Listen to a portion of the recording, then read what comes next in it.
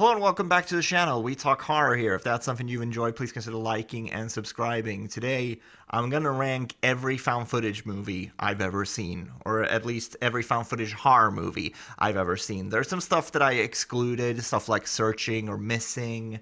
There were some movies I watched before this, because this originally started as like a 31 Days of Horror thing. So I watched stuff like the Chernobyl Diaries, or there was a movie called Where with AJ Cook that I hadn't seen, and I saw that listed as a found footage movie. It's not. It's shot in that style, but there's no like in-universe explanation for there to be for there to be a cameraman or anything.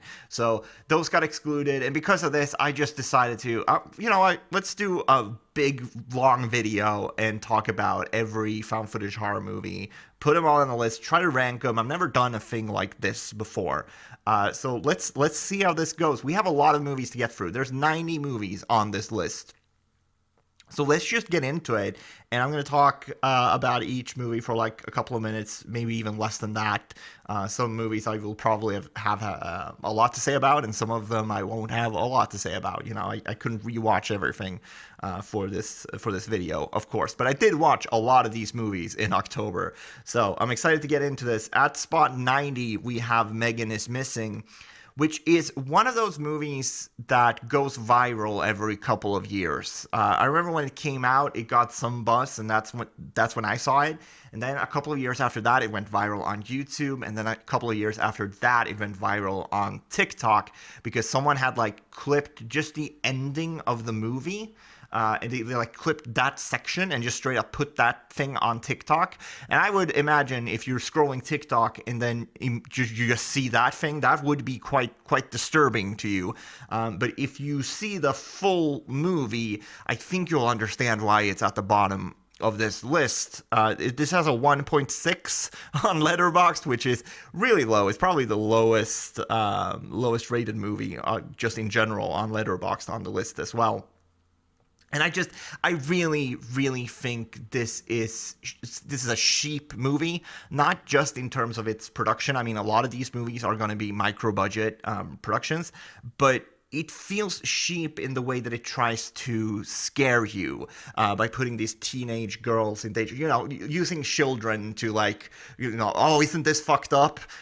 This feels like a movie that tries very, very hard to disturb you. And that's sort of like, when you're at a party and you can tell that like there's this one guy that is trying way too hard to be funny, and he just comes off as cringe. That's this movie, but it's like trying to be disturbing, and it's trying so hard. You're like, man, you don't have to try this hard. You're better than this. I also think the movie is quite like misguided in its messaging. It tries to, come across as like this cautionary tale, but in reality, it's just a disturbing movie. It's just an exploitation movie.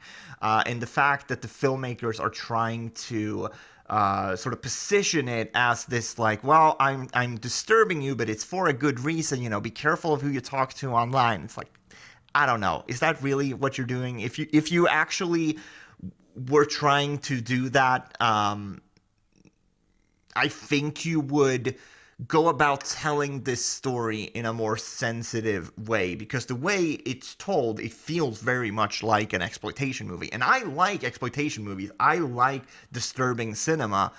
But if you're going to do something like this about, teenagers getting abducted and murdered by this really horrible, horrible serial killer, you're gonna have to do it better than this. Otherwise, it just comes across as it's laughable. Honestly, and that's what I think this movie is. I think it's laughable, and I think it's like this kind of pathetic attempt to be disturbing.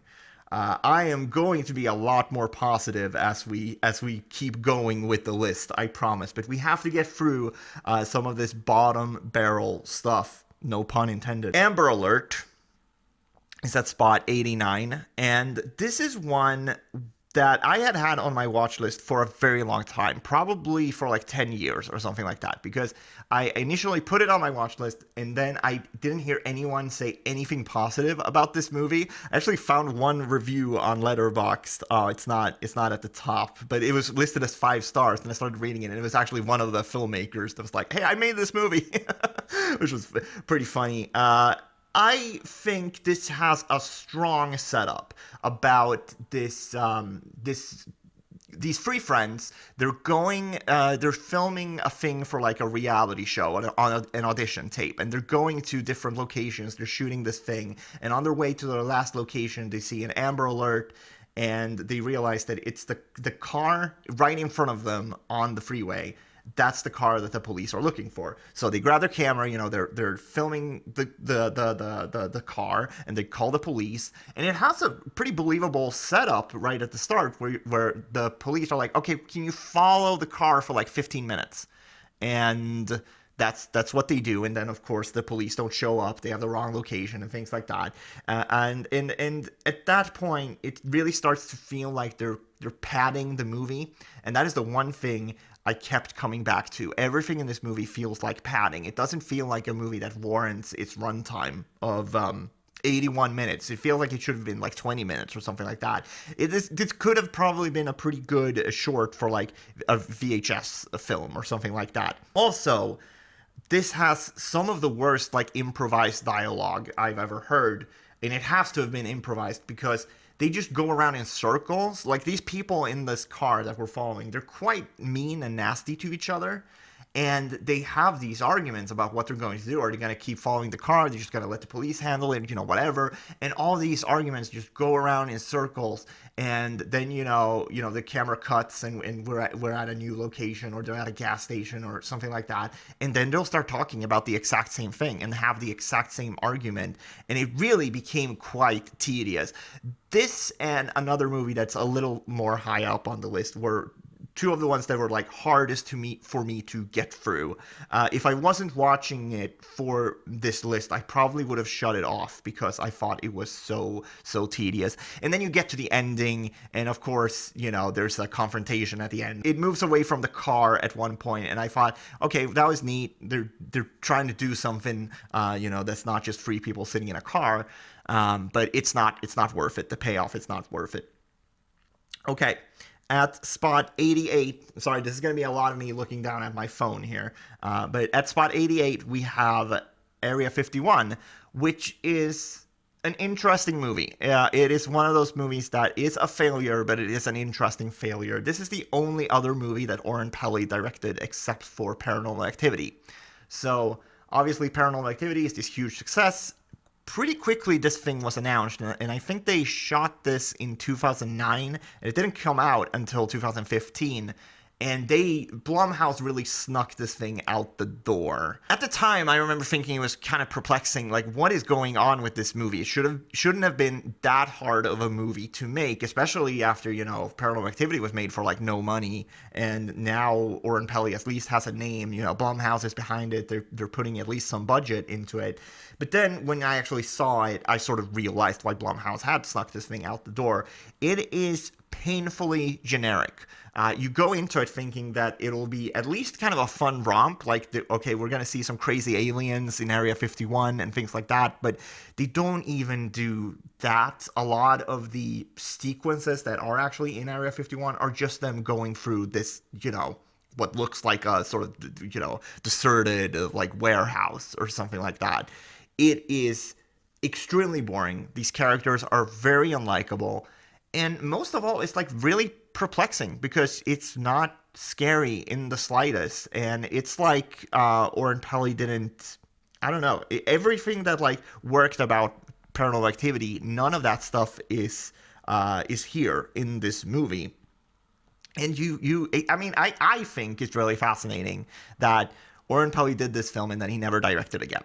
At least not up until this point. He's become a successful producer, and like, good on him if that's the stuff you want to do. I'm not trying to like shame him for making this movie. Clearly something went very wrong with this. But it would be really interesting to get like a tell-all book or documentary about this at some point, because it was a found footage movie that was like stuck in post-production. How they did reshoots on it. Like, they tried to make this thing work, but it clearly didn't, and then they snuck it out the door. I didn't watch this until I think last year. It's just very boring. Okay, at spot 87 we have Paranormal Activity: The Ghost Dimension, which is a product of shitting out a movie every year for like 6 years, and at some point you're gonna run into a film like this that just absolutely kills the franchise. And I know they did another one after this, and it's on the list. I like that one a lot more than the Ghost Dimension, but that one went straight to streaming, and it was a long time after this movie. So the Ghost Dimension really killed the Paranormal Activity franchise. And I understand why. It's like a movie that doesn't understand what makes Paranormal Activity good or interesting. You know, they have all these big moments with like CGI and portals opening up. You can see it in the header for this letterbox entry for it. And I just another one where I'm like, I'd be really fascinated to know what went wrong with this, because it shouldn't be that hard to make a good Paranormal Activity movie. But this one absolutely flubbed it. I mean, it's called The Ghost Dimension, and correct me if I'm wrong, but like, there aren't any ghosts in this franchise. It's all just demon shit, right? So like, what? It's so weird. Another one where I'm like, I'd be interesting to hear what happened behind the scenes. Okay, at spot 86 is The Pyramid. And The Pyramid might actually be the worst made film on this list. It is a movie that so clearly has no respect for the found footage genre. And what I mean by that is that it's about this archaeological crew, right? They go into this pyramid that's been sealed off, and they're the first ones who enter. And of course, you know, it's been sealed off for a reason. They get stuck in there. And every time something happens, like some sort of action happens, someone is climbing, there is a jump scare or whatever, we cut from the cameras that they have to an outside perspective. But that outside perspective is also shot in like a handy cam style, which makes the movie incredibly disorienting. And I think it might actually be one of the worst, like, bigger budget movies I've ever seen. Obviously, this didn't have a huge budget, but this has some recognizable actors in it. It's produced by Alexander Aja, who did High Tension and the Hills of Ice remake. Like, it's got some names behind it. Clearly, this was not like a micro-budget production.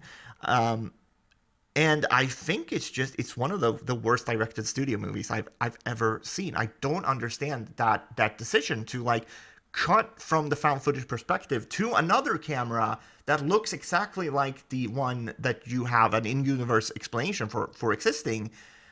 It just the space in this movie is incredibly hard to like follow, and you don't understand like where the characters are in the rooms that they are in because of this. It's very disorganizing, and to that extent, you know, another one that I think is kind of a fascinating failure in that aspect. You can watch this movie and sort of see it as a cautionary tale. Well, if you're making a found footage movie, here's what you don't do. It's also kind of hilarious, and this is why it's higher up on the list than some of the other ones. Because I had a good time watching this movie because it's really stupid.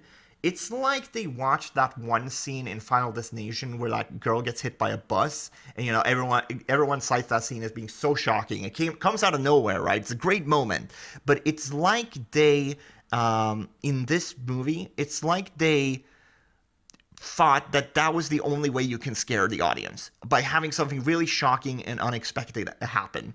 So every death scene in this movie just comes out of nowhere. Like the characters will be talking, and then like a boulder hits a guy on the head and he's dead, or like something pops out of nowhere and grabs someone. It's like, I don't know, it's just hilarious. I was laughing my ass off, but you know, obviously not for the right reason. At spot 85 we have Slender, which is a mockumentary about Slender Man, and then they have this like tacked on found footage segment at the end that's like 15 and 20 minutes. And that found footage segment is like one of the laziest things I have ever seen on screen. It is real, like, it's real rough. And I thought the mockumentary was boring. It was not terribly made, but it's pretty boring. And what I think makes this movie so far down on the list for me is the fact that you don't really feel any passion for the subject matter.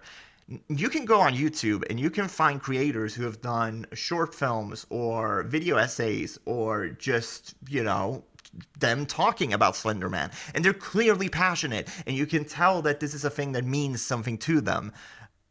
This movie feels like a cash grab. And it feels so weird saying that about such a low budget film, but it really feels like some people said, hey, what can we make a quick movie about and sell it?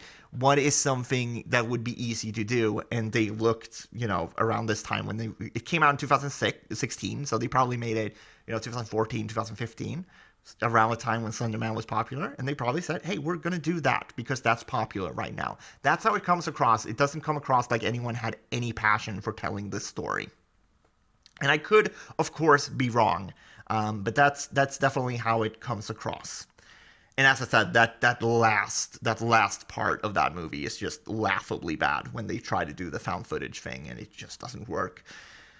Okay, let's see. The House's October Built 2 is at spot 84, and this is, to me, this is the worst type of sequel, where they just do the same thing as the original again, but it doesn't really make sense for them to do the same thing again story-wise. Like, it picks up right after the first one, and that first one is quite high up on this list. I like that one a lot, and we'll talk about that later.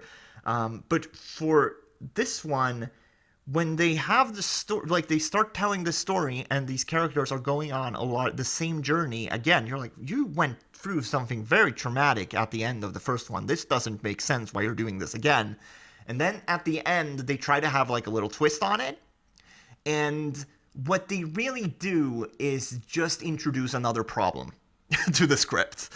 They don't really resolve anything. I think they are resolving things and they are answering questions about that you would have.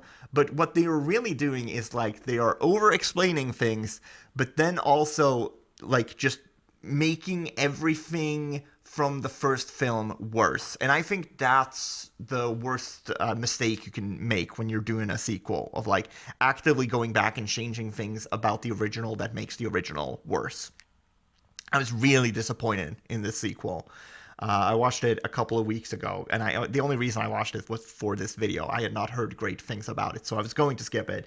But I did watch it, and even though I hadn't heard great things about it, I was still quite disappointed by it. Okay.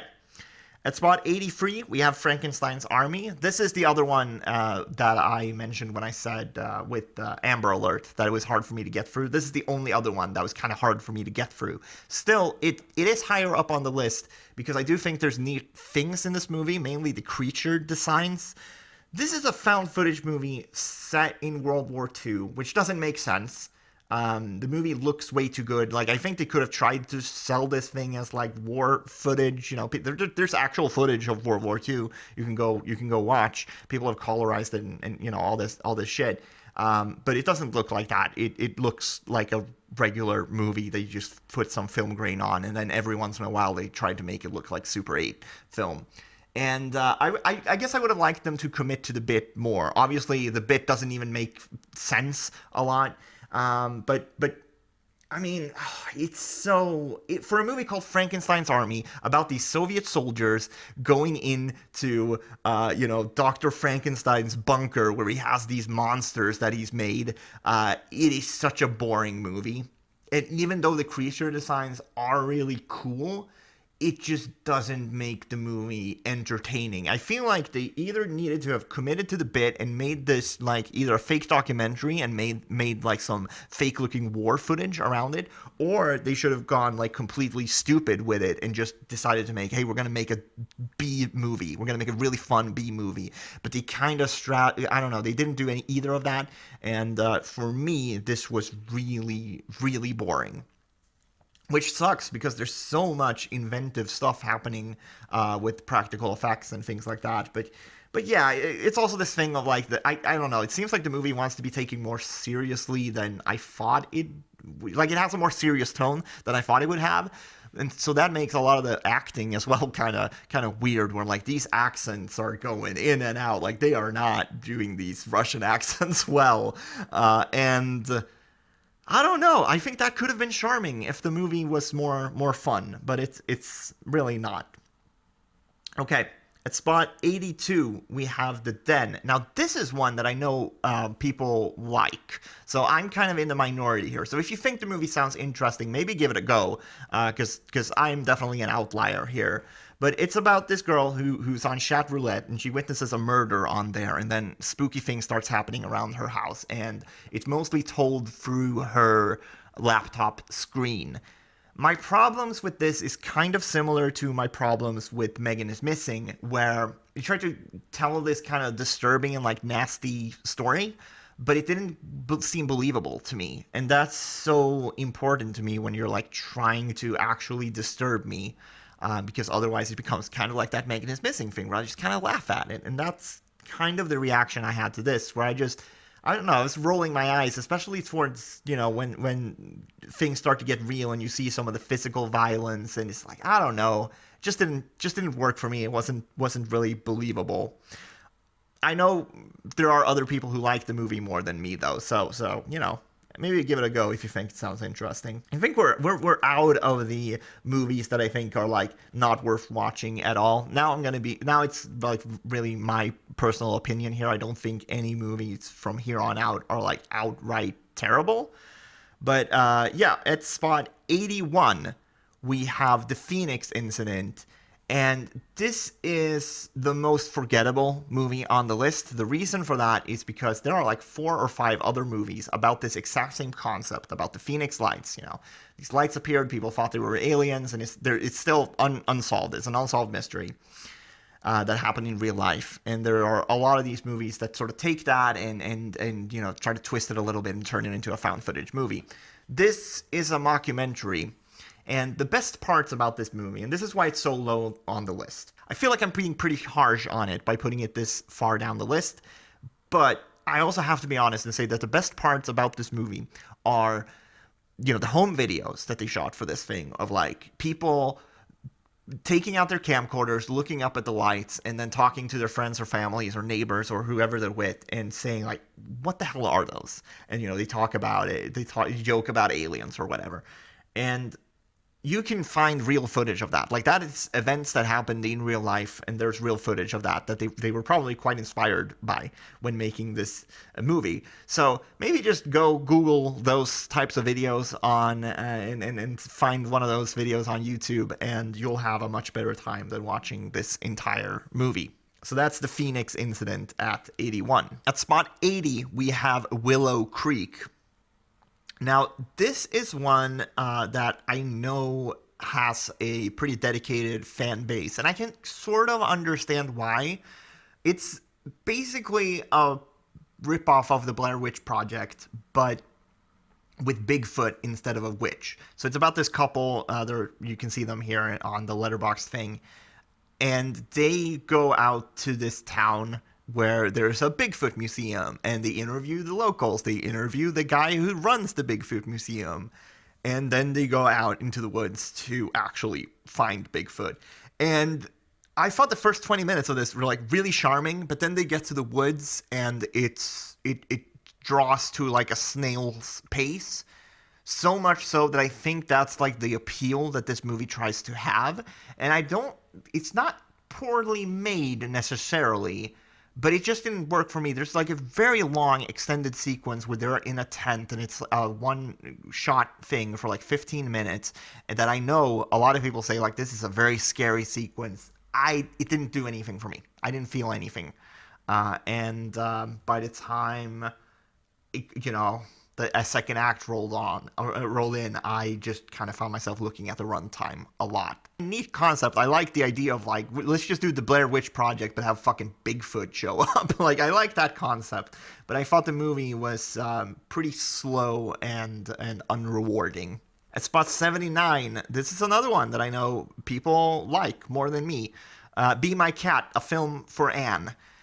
Which is, it doesn't really feel like a movie. It feels more like a performance art piece about this guy who wants to become a director, and he wants to shoot his first movie with Anne Hathaway. So he makes this video for Anne Hathaway where he hires actresses from like online, and they show up, and the structure of the movie is kind of weird. It's told, I guess you could say it has a 3-act structure. I don't know if I would say that, but it's more like these 3 vignettes of him interacting with these women and getting them to like play out scripts that he's written for them. And he's making this, delusional film for like a Hollywood star. Like, of course, he's very disturbed, and it's just I think it's interesting. I don't know if I think it warrants its runtime. And there was a point where I just sort of realized or not even halfway through, like halfway through the beginning, like the first interactions he has with this girl, that the movie was just not going to be for me. I don't think I found this character very interesting. I just found him kind of nasty towards these women, and I don't know. It just didn't engage me at all. As you can see here on Letterboxd, like some of my friends on Letterboxd here have liked it a lot more than me. So maybe give it a go if you want to watch something that's kind of experimental, doesn't really follow a traditional 3-act structure. It's more of like just this look into a disturbed mind. I could be into that stuff, but I don't know. There's something about this that like just didn't click with me. I don't think I liked the guy's performance that much, and it didn't warrant its runtime for me. At spot 78, we have Evidence. Another one that I watched before making this video, because this is one I had heard people say is a hidden gem. And I understand what they mean by that. It's a movie made for like $12,000. The director didn't really know what he wanted to do with the ending of the movie, or like what the threat of the movie was going to be. So apparently he took all of these ideas and he just threw them all into the script, which makes for this really crazy third act, and that's where a lot of the budget goes to. And it's incredibly like unfocused and disorganized, but I don't even want to use that as like a criticism on the movie, because I think that's intentional. What I will say is that it didn't really work for me. I think if the first 2 acts were a lot better, I would have liked it more. But the first 2 acts are just these guys that are kind of insufferable. The main guy that's filming has this really like millennial bro dude, really misogynistic type of vibe to him that can actually be funny on film. There are multiple Hollywood actors that have made their sort of whole career to play guys like that. And, even though you don't want to hang out with them in real life, those types of characters can be fun on screen. And these guys that are in the movie, they just don't have it. They just come across as complete assholes and sexist. And I don't know, man. I had a really rough time. And then you get to the ending, and it's like, look, it's cool that it goes in a weird direction, but it's also, I don't know, it doesn't really come together in a good way. And at spot 77, this could have been paired up with Willow Creek, because apparently the director was quite inspired by Willow Creek when he made this movie, The Outwaters, about some people going out into the desert to film a music video. Things go terribly for them. The best part of the movie is this 911 call that the movie opens up with, where there's just like screaming, and it sounds horrible. And that was the trailer for the movie, and that is what made me want to watch the movie. But then when I actually sat down and saw the whole thing, I mean, it's 110 minutes long, and this thing does not need to be 110 minutes long. It's written, directed, and edited by the same guy, and I think this needed a different editor. I say that, but I also have to admit that maybe this movie just wasn't made for me. I feel like this movie taps into some of that analog horror that like something like Skinamarink tries to do. And I don't think that is very appealing to me. Like, I thought the first half of it was completely fine, and then the second half just kind of becomes surrealist and like really tedious, where not a lot happens. And I know you can say that about a lot of found footage movies, but in this one especially so. It's a lot of this one guy filming, wandering around. And even though there are some nice shots, there's some pretty scenery, I think the ending could have been cut down significantly. So that's the Outwaters. I must admit, it is a pretty movie though, and it has some stuff in it that's really well done. I don't think this movie was made for me. But maybe if you're into that sort of analog horror stuff, maybe you should check this out. I don't know if that's a completely like 100% accurate comparison, but that's the closest thing I can compare this movie to is Skinamarink. At spot 76, we have Paranormal Activity 4, which is such a huge disappointment coming from Paranormal Activity 3, which is not necessarily an amazing movie, but it is really fun, and it has a crazy ending, and for the fourth one, they kind of decided to go back to what they were doing with Paranormal Activity 2. It feels very similar to the first film, but everything is done so much worse, and this is where I really lost my interest in the Paranormal Activity movies. Even though I do think the marked ones is a lot better than 4. This is where they lost me. The Dyatlov pass incident is at spot 75, and for my notes, I just said one of the worst endings I've ever seen. And I think that's true. I legitimately think this movie has such a bafflingly bad ending. It's directed by Rennie Harlin, who did, he's done a lot of stuff, but Die Hard 2, Nightmare on Elm Street 4, Deep Blue Sea, Cliffhanger, Long Kiss Goodnight. I talked about this one, The Exorcist: The Beginning, which I just thought was absolutely terrible. He is a good director who makes a lot of bad movies, which is, I don't know, it's interesting. He seems to be like a director for hire type of situation, and yeah, that's kind of how I feel about the Dyatlov Pass incident, where it looks good, but it is a very bad movie.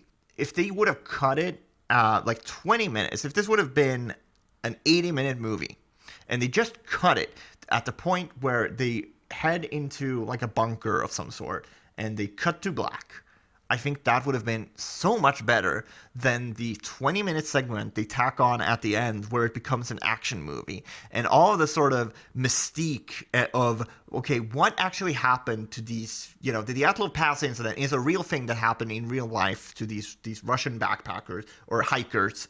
And the characters in the movie are doing this exact same hike. Like, obviously, like, what could go wrong, right? And we don't, it's kind of an unsolved mystery, like what happened to the real people, right? There are theories that there was an avalanche and then there was hypothermia and these, all these things, but a lot of people died in pretty gruesome ways. And this movie has that mysterium, like it doesn't answer what happened to these people until you get to the last 20 minutes and they're like, well, actually, here's what's going on. And what is going on is the most like generic, like very off-putting type of explanation for everything. I don't want to spoil it. I'm not trying to spoil movies on this list, no matter if I think they're good or bad. But I thought this had kind of an interesting setup, and even though it's not an excellent movie, I was invested enough, but then you get to the ending, it just falls apart completely. Phoenix Tapes 97. I don't have a lot to say about this one. Another one that's similar to the Phoenix incident, right? There's these people out backpacking in the desert. They see the Phoenix lights, and shit happens to them. Very much reminiscent of the Blair Witch Project. What I like about this one is the friend group. I think they do a good job of, you don't want to kill these characters. A lot of found footage movies have very annoying characters, and this one doesn't. But the ending, their budget constraints are so obvious because it just feels like they're running around with night vision and just pointing the camera at the ground and they're running away from something you can't see, and it's very unappealing to look at, I guess. And it doesn't really, when you're watching these movies, you're kind of expecting them to go somewhere crazy in their third act, and this one doesn't. It just sort of feels like they're running around screaming, and we've seen that done a lot better. But I did like, they have sort of a wraparound thing with this movie where like they try to explain like how the footage was found and why it was missing, and They do this sort of conspiracy thing where like people were actively trying to like make sure this footage didn't get out there, and I thought that stuff was kind of neat. So I feel like this one has a lot of good ideas, but they weren't able to execute it properly. But definitely not a terrible movie. I just think it could have been a lot better, and the fact that it is the third act is so lacking makes it pretty forgettable, honestly. Okay.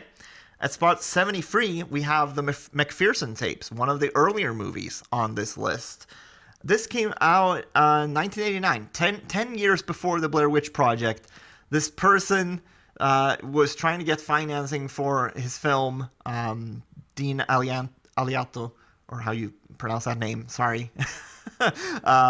He was trying to get financing for a movie. A friend showed up with some cash and said, hey, what can you make with this? He's like, I could probably make like a home video. And that's what he did. And so they made an alien abduction story where they tried to sell this thing as a real story, right? But there's a reason you haven't heard about this, up until kind of recently, because it is very cheap and it's not believable in the slightest. The people who actually thought this was real, they were like children, right? You'll find this movie is available for free on YouTube, and the director is on Letterboxd. You can find his reviews, and people have commented on them saying like, hey, I saw this when I was 8 on TV and it terrified me because I thought it was real. But I don't think this actually fooled anyone who wasn't a literal child. But it is interesting from a historical perspective. I will give it that, and it is brief. It's 63 minutes.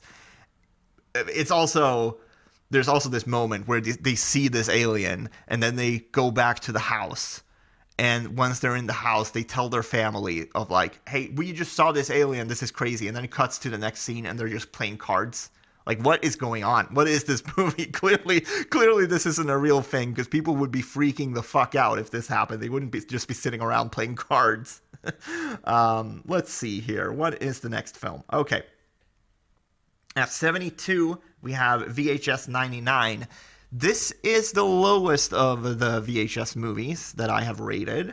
I know people dislike VHS Viral more than this typically, but I think VHS Viral has one story in it that I like a lot, and VHS 99 has 0 stories that I like in it, so that's why it's down here. I also dislike that they removed the wraparound story. There are things about this movie that I enjoy, though. I like the commitment to the bit that they actually tried to make a lot of these shorts look like they took place in the late 90s. There's one involving like a pop punk band that I quite enjoy. I like their song. I like, pop punk is like, I have a huge nostalgia for that stuff. And I like that sort of skate punk aesthetic. There's one that I thought was kind of interesting. It's too short, about a girl being buried alive. And that one, I don't think that is great either, but I kind of like the idea behind that one. I like some of the acting in it. But overall, I don't think that's a great short either. But yeah, I don't know. If you're a completionist, if you want to be completionist with the VHS movies, I like these movies a lot. And I'll keep on watching them even though they're bad, honestly. But yeah, that's VHS 99 at spot 72. And then at spot 71, I'm gonna have to take a little water break, I think. I'm talking so much. At spot 71, we have Blair Witch. And this is another one where I feel like I'm being maybe a little harsh on it, putting it this low on the list. But this was such a disappointment. They turned the Blair Witch Project into a very generic found footage movie. And the ending for this movie absolutely killed it for me, where it's like, I was talking about this with the Paranormal Activity, the Ghost Dimension, where it's like, it seemed like they didn't understand what made Paranormal Activity great. Here, it feels like they just misunderstood everything that was great about the original Blair Witch Project. And I mean, the fact that they just show the witch, like, I don't know, what are they doing? Like, all the psychological aspects from the original are gone, and I think that's really disappointing, honestly. And then at spot 70, we have Deadstream, which this is another one people like. So I'm in the minority here. But the reason why it's so far down on the list for me is because this is a horror comedy, and I didn't laugh once. I was actually quite annoyed by the comedy in this movie. So even though I liked some of the stuff they were doing about this guy, being this sort of disgraced YouTuber, him coming back to the platform and live streaming his stay in this haunted house, and then of course the haunting is actually way more. It's like a demon shit is happening, like Evil Dead type of things are happening, and I like that. But the main character just absolutely killed it for me. There are other movies on this list that have very annoying main characters, but I kind of jived with them more. I think this is my least favorite type of annoying character, where he's very like childish and he himself thinks he's very funny. And obviously we're supposed to laugh at him and not with him. I understand that, but I don't know, comedies where I don't enjoy the humor are just the most painful experiences to me. If I'm watching a comedy and I don't find it funny, I will usually like shut it off. I could not do it with this movie because I watched this in the theaters, and yeah, I was quite annoyed by it. But I also have to say that there are interesting things about this movie, what it's trying to say about online culture, and the way the movie goes like way harder on like gore than I thought it would. And I think that stuff is cool, so that's why it's further up the list. But it's also just clearly not made for me because I did not find it very funny. I probably should have said that we're moving into movies now that are very much like not my thing. I don't think they're bad, but they're not necessarily my thing. Both Deadstream and Man Bites Dog, I feel like this about. So at spot 69, we have Man Bites Dog, which is a Belgian film from the early 90s about this documentary crew filming a serial killer going about his day-to-day, and that includes him actually killing people. Kind of a ridiculous concept, and that's why it's a dark comedy. I actually like the scenes of horror in this quite a bit. It goes for it. It's actually quite disturbing, the way this guy kills and robs people. But then you have these scenes of like humor that to me were so out of place. And they're out of place. Like it's made like that deliberately, but it didn't really work for me. And it's a student film. And it has those vibes, like student film vibes of the message that they are trying to send with this movie. I don't think it's as deep and as smart as the filmmakers themselves actually think it is. And that's kind of where I come down on it. I don't want to say pretentious because I don't think the movie is pretentious, but it comes across as a little smug. Like, okay, we get it. Violence on film has an effect on people. Like, this is not the most original thing in the world you're saying.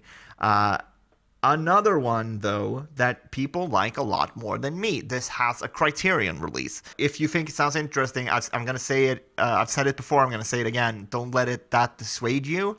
For me, just not a very enjoyable movie. At spot 68, we have The Devil's Doorway, another one that I watched in preparation for making this video. And this is a movie that kind of tricks you because it looks really good and it has an interesting premise where it's set in the 60s and they try to make it, they do the thing that Frankenstein's army doesn't do.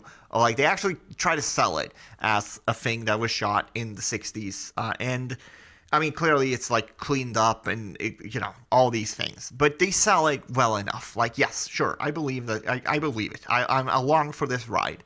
But because the movie looks good and it has this unique look to it, you're kind of expecting that it will be a cut above the rest. And it's not. It's very generic. It's about this priest. They go to a church. They are basically...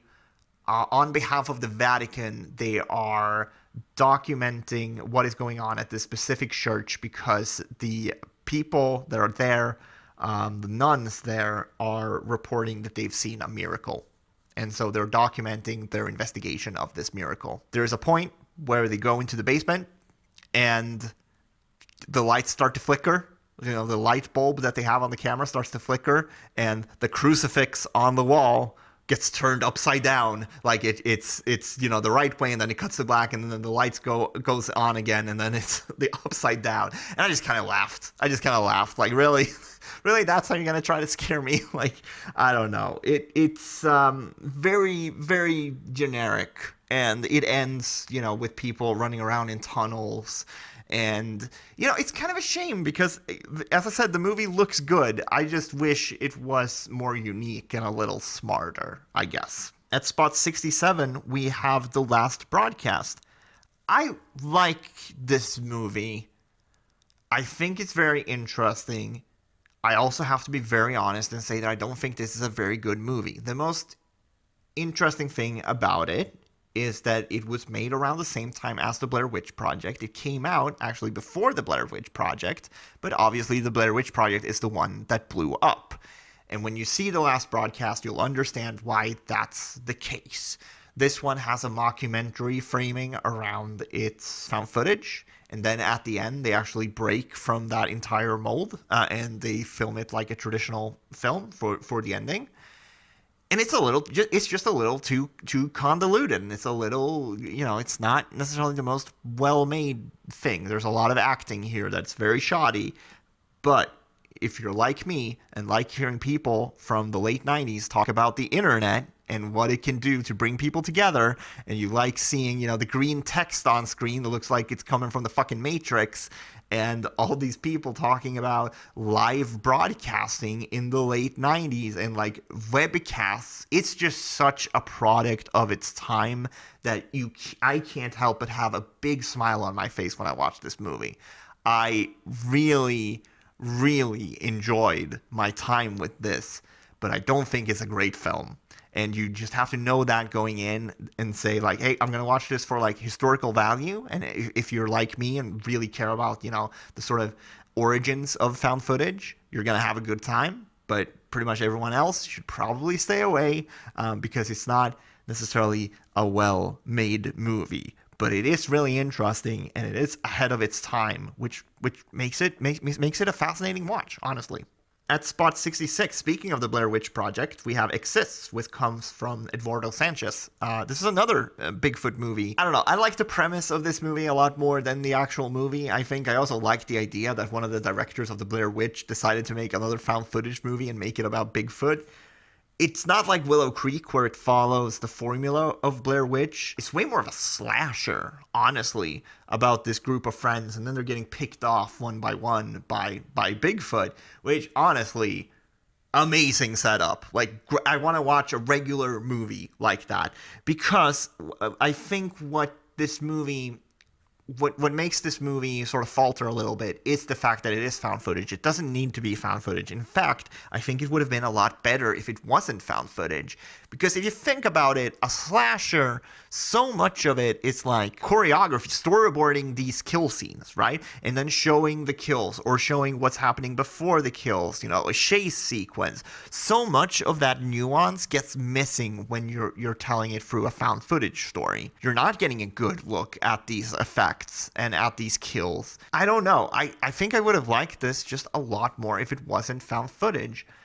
As a movie, though, I quite enjoyed my time with it, even though I don't think it's great. But I think I get a lot of mileage just from the premise alone of like, all right, Bigfoot is stalking these group of 5 friends, and they're all gonna die in brutal ways because fucking Bigfoot is coming after them. Like, that's a crazy idea for a movie, and I quite like that.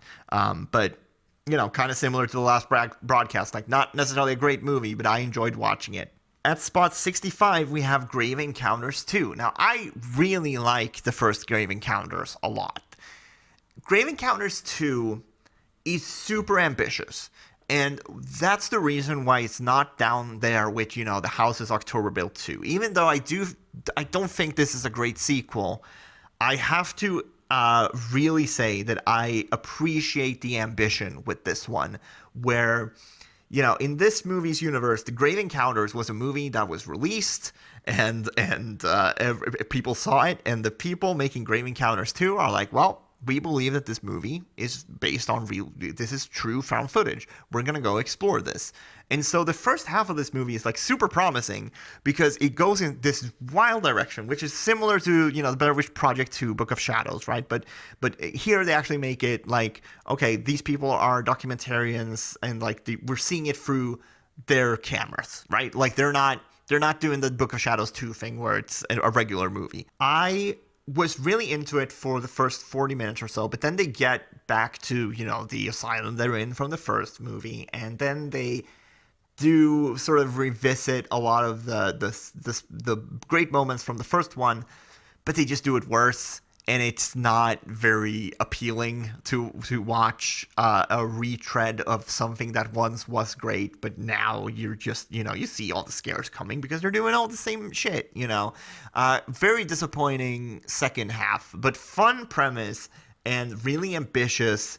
And I want to applaud that. I'm really happy that I watched the movie, actually. I think, like, if you're going to do sequels to your found footage thing, this is how to do it. Like, go fucking crazy with it. At spot 64, we have Diary of the Dead. Now, I think this is a film that's going to make some people go, like, how is Be My Cat lower than Diary of the Dead? Or how is something like Evidence, which is seen as sort of an underrated gem, higher than Diary of the Dead?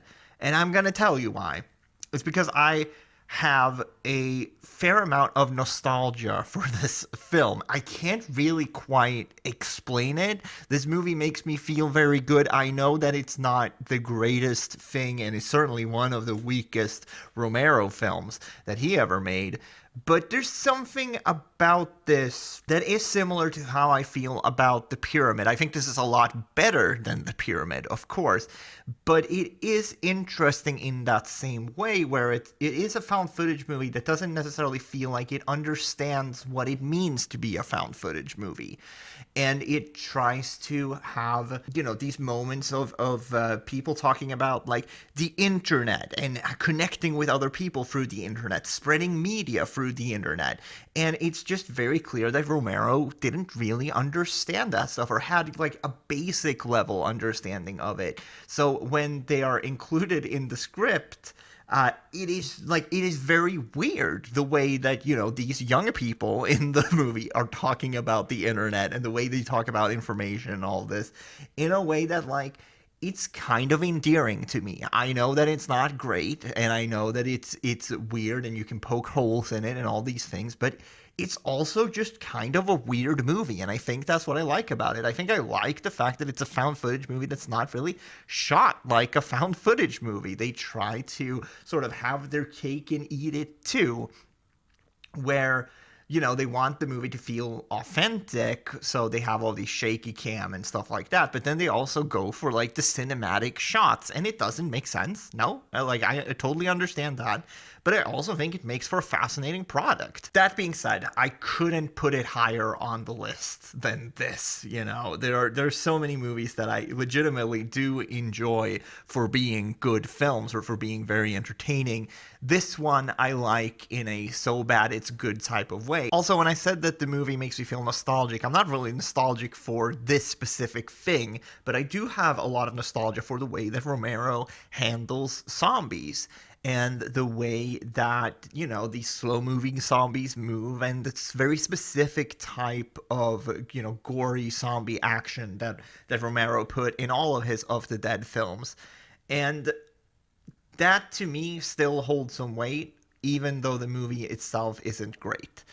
So that's why it's at spot 64. I know there's going to be other movies on this list. Like, if we look at something like the Last Broadcast, you could make a case for it to, that's a more important movie. You can make a case for it to go above Diary of the Dead. But this is just, where I kind of felt comfortable putting it on the list, just because I have a lot of reference for Romero movies, and I'll be a little bit of an apologist. I mean, 64 is not an amazing placement on the list, right? But still, I know people are really hard on this film, and I understand why. I just think I always have had a little bit of a soft spot for it. At spot 63, we have Paranormal Activity, Next of Kin, which is mainly this high up on the list because of its location, the story, and the setup. I think it's really intriguing the way this documentary crew goes to, an Amish village. It's set during the winter.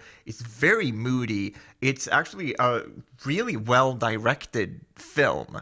I think a lot of the problems with the film actually comes from the script and sort of where they take it, the fact that it's tied to the Paranormal Activity franchise. There's a lot of things in this that doesn't work, but the thing I do like about it is the way it looks and the location. I think the ending sequence where they go from these houses to the cars, they start driving the cars, putting the camera out the windows, and you see whatever's chasing them. I think a lot of that stuff really works, but the mystery itself and sort of where it ends up going is a little disappointing, and it does feel, to an extent, if you took away the setting, this really would be just another generic found footage movie. But they kind of slapped the Paranormal Activity name on it. So it's not necessarily a movie I love, but I did think it was a lot better than I thought it was going to be. So that's why it's at spot 63. Okay, Quarantine at spot 62. Not bad. But it's a remake of a Spanish film called Wreck that's going to be on this list a lot higher up. I like Wreck a lot. I think Quarantine is okay, but there's really no need to watch Quarantine. Nothing about it's egregiously bad, but why watch it when there's Wreck? Another movie that I think is just okay is Digging Up the Marrow. It's Adam Green's kind of Nightbreed inspired found footage film. The majority of this movie is these documentary filmmakers talking to a conspiracy theorist played by Ray Wise, who is definitely the standout of this movie. He's the reason to see this movie. And, he's talking about these monsters that exist in these tunnels in the dark. We're not supposed to see them. He, of course, knows they exist, and he, of course, turns out to be right. But it doesn't, I don't know. It's this movie that it's okay, The standout thing is definitely Ray Wise, and his performance is super wild. You can tell that he's having a lot of fun with it. But ultimately, once he is sort of missing from the movie, it does feel very very generic and just kind of lackluster, but his performance certainly elevates it to the point where I actually do think it's worth watching. There's a lot of fun to be had with the movie. It's just kind of disappointing that nothing else in the movie except for these interviews was as great as those segments. At spot 60, we actually have VHS Viral. When I talked about VHS 99, I said there's one short in VHS Viral that I actually think is really great and that I like a lot, and that elevates it for me, and that is Parallel Monsters. I love that short. It speaks to me very specifically. It's the type of horror that I really love. It's very absurd and gory and kind of messed up. There's two other shorts, and I think they are both god-awful. Don't get me wrong. So this is not overall a great movie, but Parallel Monsters certainly elevates it for me to be a little higher than VHS 99. Okay, at spot 59, we have Host. This is one that I know people like way more than me. This gained a lot of popularity during the pandemic. It was made during the pandemic and then released during the pandemic on Shudder. So very quick turnaround. And this director actually went on to do the Boogeyman film from this year that I still haven't seen, and there's another film that's going to be included later on this list that is also by him. I think it's neat that, you can put something together in such a short period of time and it has this effect on people and people really connected to it. I think the reason why it's kind of further down on the list for me than compared to some other people is that it's not really my type of horror. This the seance stuff, ghost stuff, hauntings, not really what I am looking for, not really the type of stuff that I find very scary, to be honest. but I do like the ambition, and I like what they were trying to do with this film. I like the fact that they were having this seance over Zoom, and then, all this horror stuff happening over a Zoom call. Like, it's kind of ridiculous, but it works, and that's fun. So not necessarily a movie for me, even though I enjoy the ambition of it and some of the practical work that they actually did to make this movie happen. I think is actually pretty great. At 58, we have The Tunnel. I think this movie is really interesting. It's one of those films that is almost great. The first 40 or 50 minutes of this is really strong. It's about this news crew.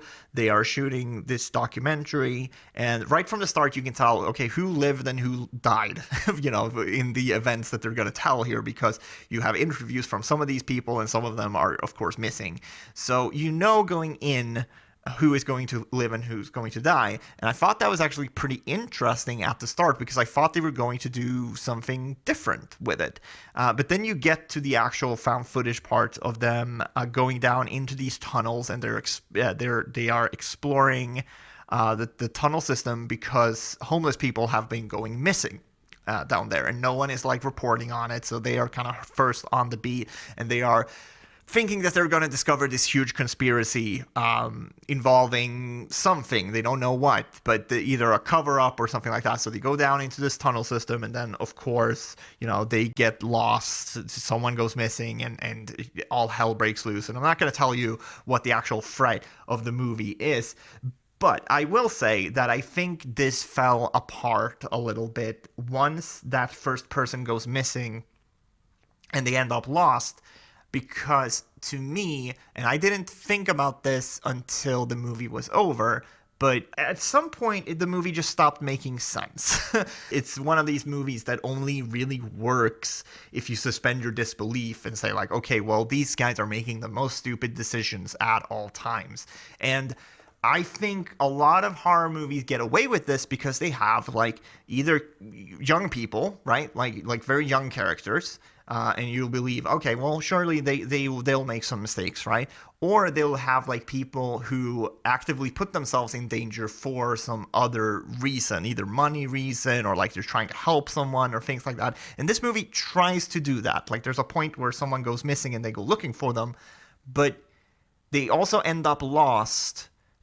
And that doesn't really make sense. It would not make sense for them to get lost. And I'm trying to be vague here so I don't spoil things.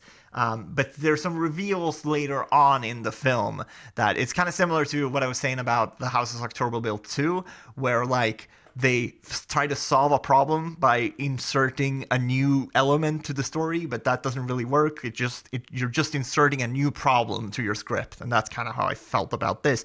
And it was really a shame, because I think this is so well made. You can watch it for free on YouTube, and I'm glad that I did. Legally, you can watch it for free on YouTube.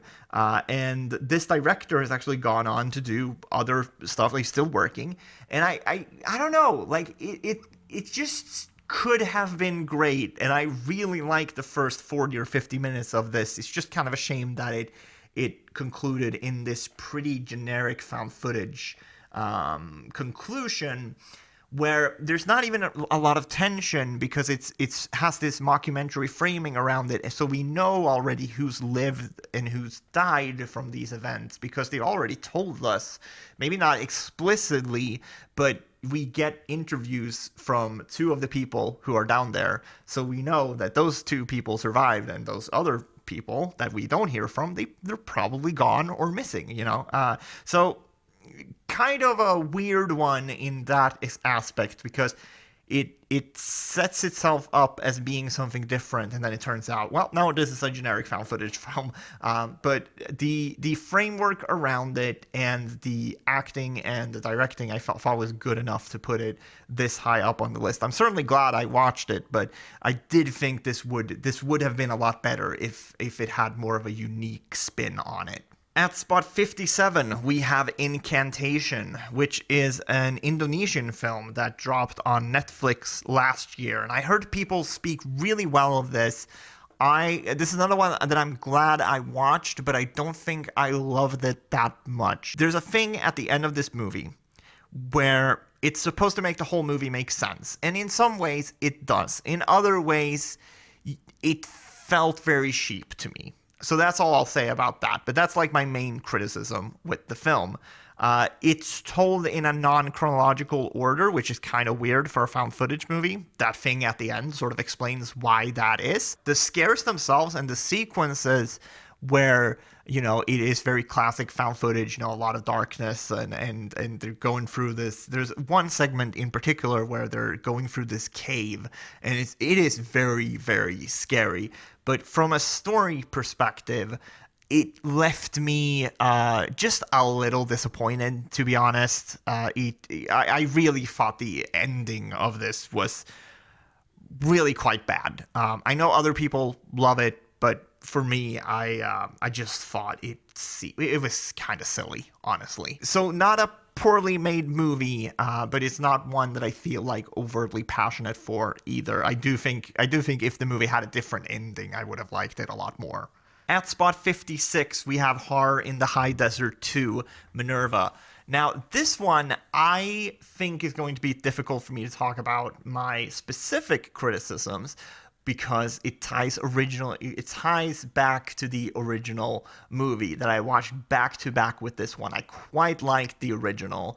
I think the sequel has some problems that happen with a lot of horror movie sequels, where they follow up a very cohesive and tight story in the original. The original about this one guy going missing, and they're making a documentary about it. The second one has multiple people that they follow. There is multiple sources of found footage, whereas in the first one it was just the one guy and his blog. In the second one, they go back in the timeline, they find VHS tapes, they find footage from like multiple people who's gone missing. They just expanded too much, I think, and it lost a lot of the simple charm of the original that made it actually believable. And in the second one, I don't think the story is believable at all. However, I will say that the sequel does have a higher rating on Letterboxd. I kind of wonder if that's only because like really huge fans of the first one has seen the sequel, because it has less votes. But I did want to say that this is a sequel that a lot of people like, and I certainly don't think it's poorly made. Some of these found footage sequences that they show are quite good and effective, but for me the story was just not as believable, and I didn't really connect with any of these characters that they try to follow, because we don't spend as much time with them as we do with the guy in the original who goes missing. We really get to know him, and we get to know him through his friends and family, through interviews and camera footage and things that he posted on his blog. In the second one, I don't feel like I knew these people, and that kind of made the movie a lesser experience. And it actually made it less scary, because I don't feel for these people as much. At spot 55, we have A Record of Sweet Murder, a South Korean and Japanese co-production directed by Koji Shiraishi, who will actually come back on the list a little bit later as well. He's done a lot of work in the found footage genre, and this is about a journalist and a cameraman. They go to this really abandoned apartment complex, and they meet this guy who is a serial killer, and he says, I need you to document what is going to happen in this apartment. Something amazing is going to happen. He doesn't let them leave, and that's kind of where the story starts. That's where the story picks up. I like the first half of this movie a lot. You don't know where it's going to go. And then the second half, they introduce some more characters. Basically, this is a chamber piece. This is all done in one room. It's all done in one take. Or it's all made to look like it's one take. I'm sure they made some cuts here and there where you're not supposed to see them. I didn't pick up on them anyway. Basically, this kind of devolves as soon as there's more characters introduced to the plot. And I think I actually like a lot of where they take this movie. It doesn't go exactly where you think it's going to go. There is a sort of beat that happens about 30 minutes in or something like that, where you kind of get a hint that something more is happening here. It's not just a straight serial killer story. There's something more at play here. And then about 45 minutes or 50 minutes or into the movie, two more characters show up in the apartment, and it starts going in this really absurd, weird direction that I wasn't expecting. And I think I actually, on paper, like a lot of stuff they were doing, but tonally, it is quite a weird movie. Like, from the setup, I don't think you're going to expect what I'm about to say right now. The movie has kind of a strange, weird attitude towards sexual violence. And I'm not saying that in a way that's like, oh, it disturbed me so much. It's more like just very out of place, and it's very cavalier about it. It doesn't feel like it needed to be included in the picture. But when these two characters show up, it becomes way more of like a kind of ridiculous, depraved picture. And that is not necessarily where I thought it was going from the first 45 minutes. And I like a lot of the violence. I like a lot of the, the fighting and sort of all the crazy practical effects. It's especially impressive because a lot of the takes in this movie are very, very long.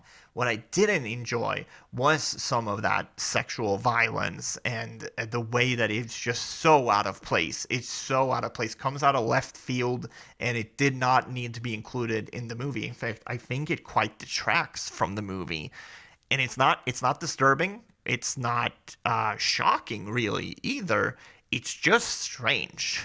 I don't know. It's just this movie that goes in all these different directions, and it all takes place in this one room. And you're like, hey, maybe you could like bring it back to planet Earth a little bit for at least a little while, so I can know what the hell's going on. But the movie just kind of says, no, don't worry about it. And we're supposed to sort of go along for the ride. And I think the juxtaposition of having a sort of grounded first half and then this other half that is completely bonkers really threw me for a loop. And that's why it's not higher up on the list. It is a really well-made movie, though. And I like a lot of the acting. I like a lot of the effects. I like where they go with it. As I said, on paper, I think it's a great story, legitimately. And the ending is bonkers, and I love the ending. I just wish there was some more focus in the film, something I could hold on to instead of just being perplexed at the end, I guess. Once again, I'm trying to be pretty vague here, but there's some strange fucking things that happen in the second half of this movie, and I'm not sure I jived with all of them. At spot 54, we have Unfriended Dark Web. I was thinking about actually not including this on the list because, I didn't include Missing or Searching on the list, and this, I think, has a way more in common with those movies than the first Unfriended. I actually think this is kind of tied down to the fact that it is connected to the first Unfriended, where it feels like they had to make this a horror movie. So a lot of the jump scares feels like out of place. A lot of the horror elements, frankly, feel out of place. At its core, though, I think it is a very tight and smartly done thriller about this guy finding this laptop, essentially stealing it, logging onto it, and realizing that the person who owns this laptop is a very bad person and they want their laptop back. And they do a lot of smart things. Like, it's not as simple as this guy can go to the police and just hand the computer into him. Like, it's not that simple, and it's also not as simple as he can just, go get meet up with this guy and give him his laptop back. They do a good job of like making sure that the main character is kind of fucked in this situation, and you do feel for him, and ultimately it goes in some interesting direction. Actually, as I said, like, I think this is a good thriller, but because it has the Unfriended name and because it has the expectations from the original, they had to tie in a lot of horror stuff, and that's kind of where the movie falters a little bit. But I do think this is really fun, and I think the Unfriended movies are pretty underrated when it comes to mainstream audiences. I think horror fans actually have some fondness for these movies, but these movies got dunked on quite a bit, and I think they're way better than that. If you meet them sort of what they are, obviously they are a bit ridiculous, but they are fun as well, I think. At spot 53, we have Europa Report, one of the few science fiction movies on this list. And this is a hard sci-fi. This is a mockumentary about a crew going out to one of Jupiter's moons, Europa, and they're going to look for life on there. And of course, they find more than they bargained for. The thing that I think is cool about this film is its sense of place. Most of it is told through essentially security cameras on this space shuttle. So it's cool because you get a real good sense of like the place. And that's something you don't often hear a lot with found footage movies of like, oh, I understand this space. I understand how these characters are moving and the rooms of this space shuttle. Like so many movies in this genre use the shaky cam, to disorganize you. This is quite different. I like that about it. The acting in it is actually surprisingly great. It's clearly made with a small budget, but they do a lot with it. The set design especially is great. I like a lot of the horror elements that they have in it, which is like, someone going out of the ship and then you essentially follow the people inside the ship. Not being able to see what the hell is going on out there, and you just see their blip on the radar, and then their blip goes away and the comms shut down. It's like, what the hell's out there? That stuff's really good. It is also a movie that is kind of tedious. It's let's see here, 90 minutes long, and I think the last half hour of it is really great. The first hour or so, you can kind of skip it. You kind of know what is happening right from the first 5 or 10 minutes. Like, yeah, they're going on this mission. Okay, then it takes them a good long while to get to the mission. It's not bad, but you do kind of feel the budget constraints a little bit of like, yeah, okay, you have a good 30-minute section here of adventure, sci-fi, and horror. But the first hour is this kind of drab mockumentary about, this space mission. And I don't know. That stuff, I think this is kind of personal to me. I think someone else will find that stuff fascinating. For me, I don't really give a shit about space. I never have. I don't really enjoy science fiction all that much, especially not hard sci-fi. It's cool. I just wish there was more of an adventure feel like that last 30 minutes have. At spot 52, we have Alien Abduction, another one of these, Phoenix Lights types of movies where a family is out on a vacation, they see some lights in the sky, and then aliens are coming after them, they're going to abduct them. It's kind of a fun one because this one feels like it has a bigger budget than a lot of other movies on the list. They are out camping and then they go to their car and then they're being chased by aliens in their car and then they wind up in this tunnel and there's cars everywhere. The aliens have taken people. It really does feel like they're trying to get away from these aliens. A lot of my issues with something like the Phoenix Lights 97, for example,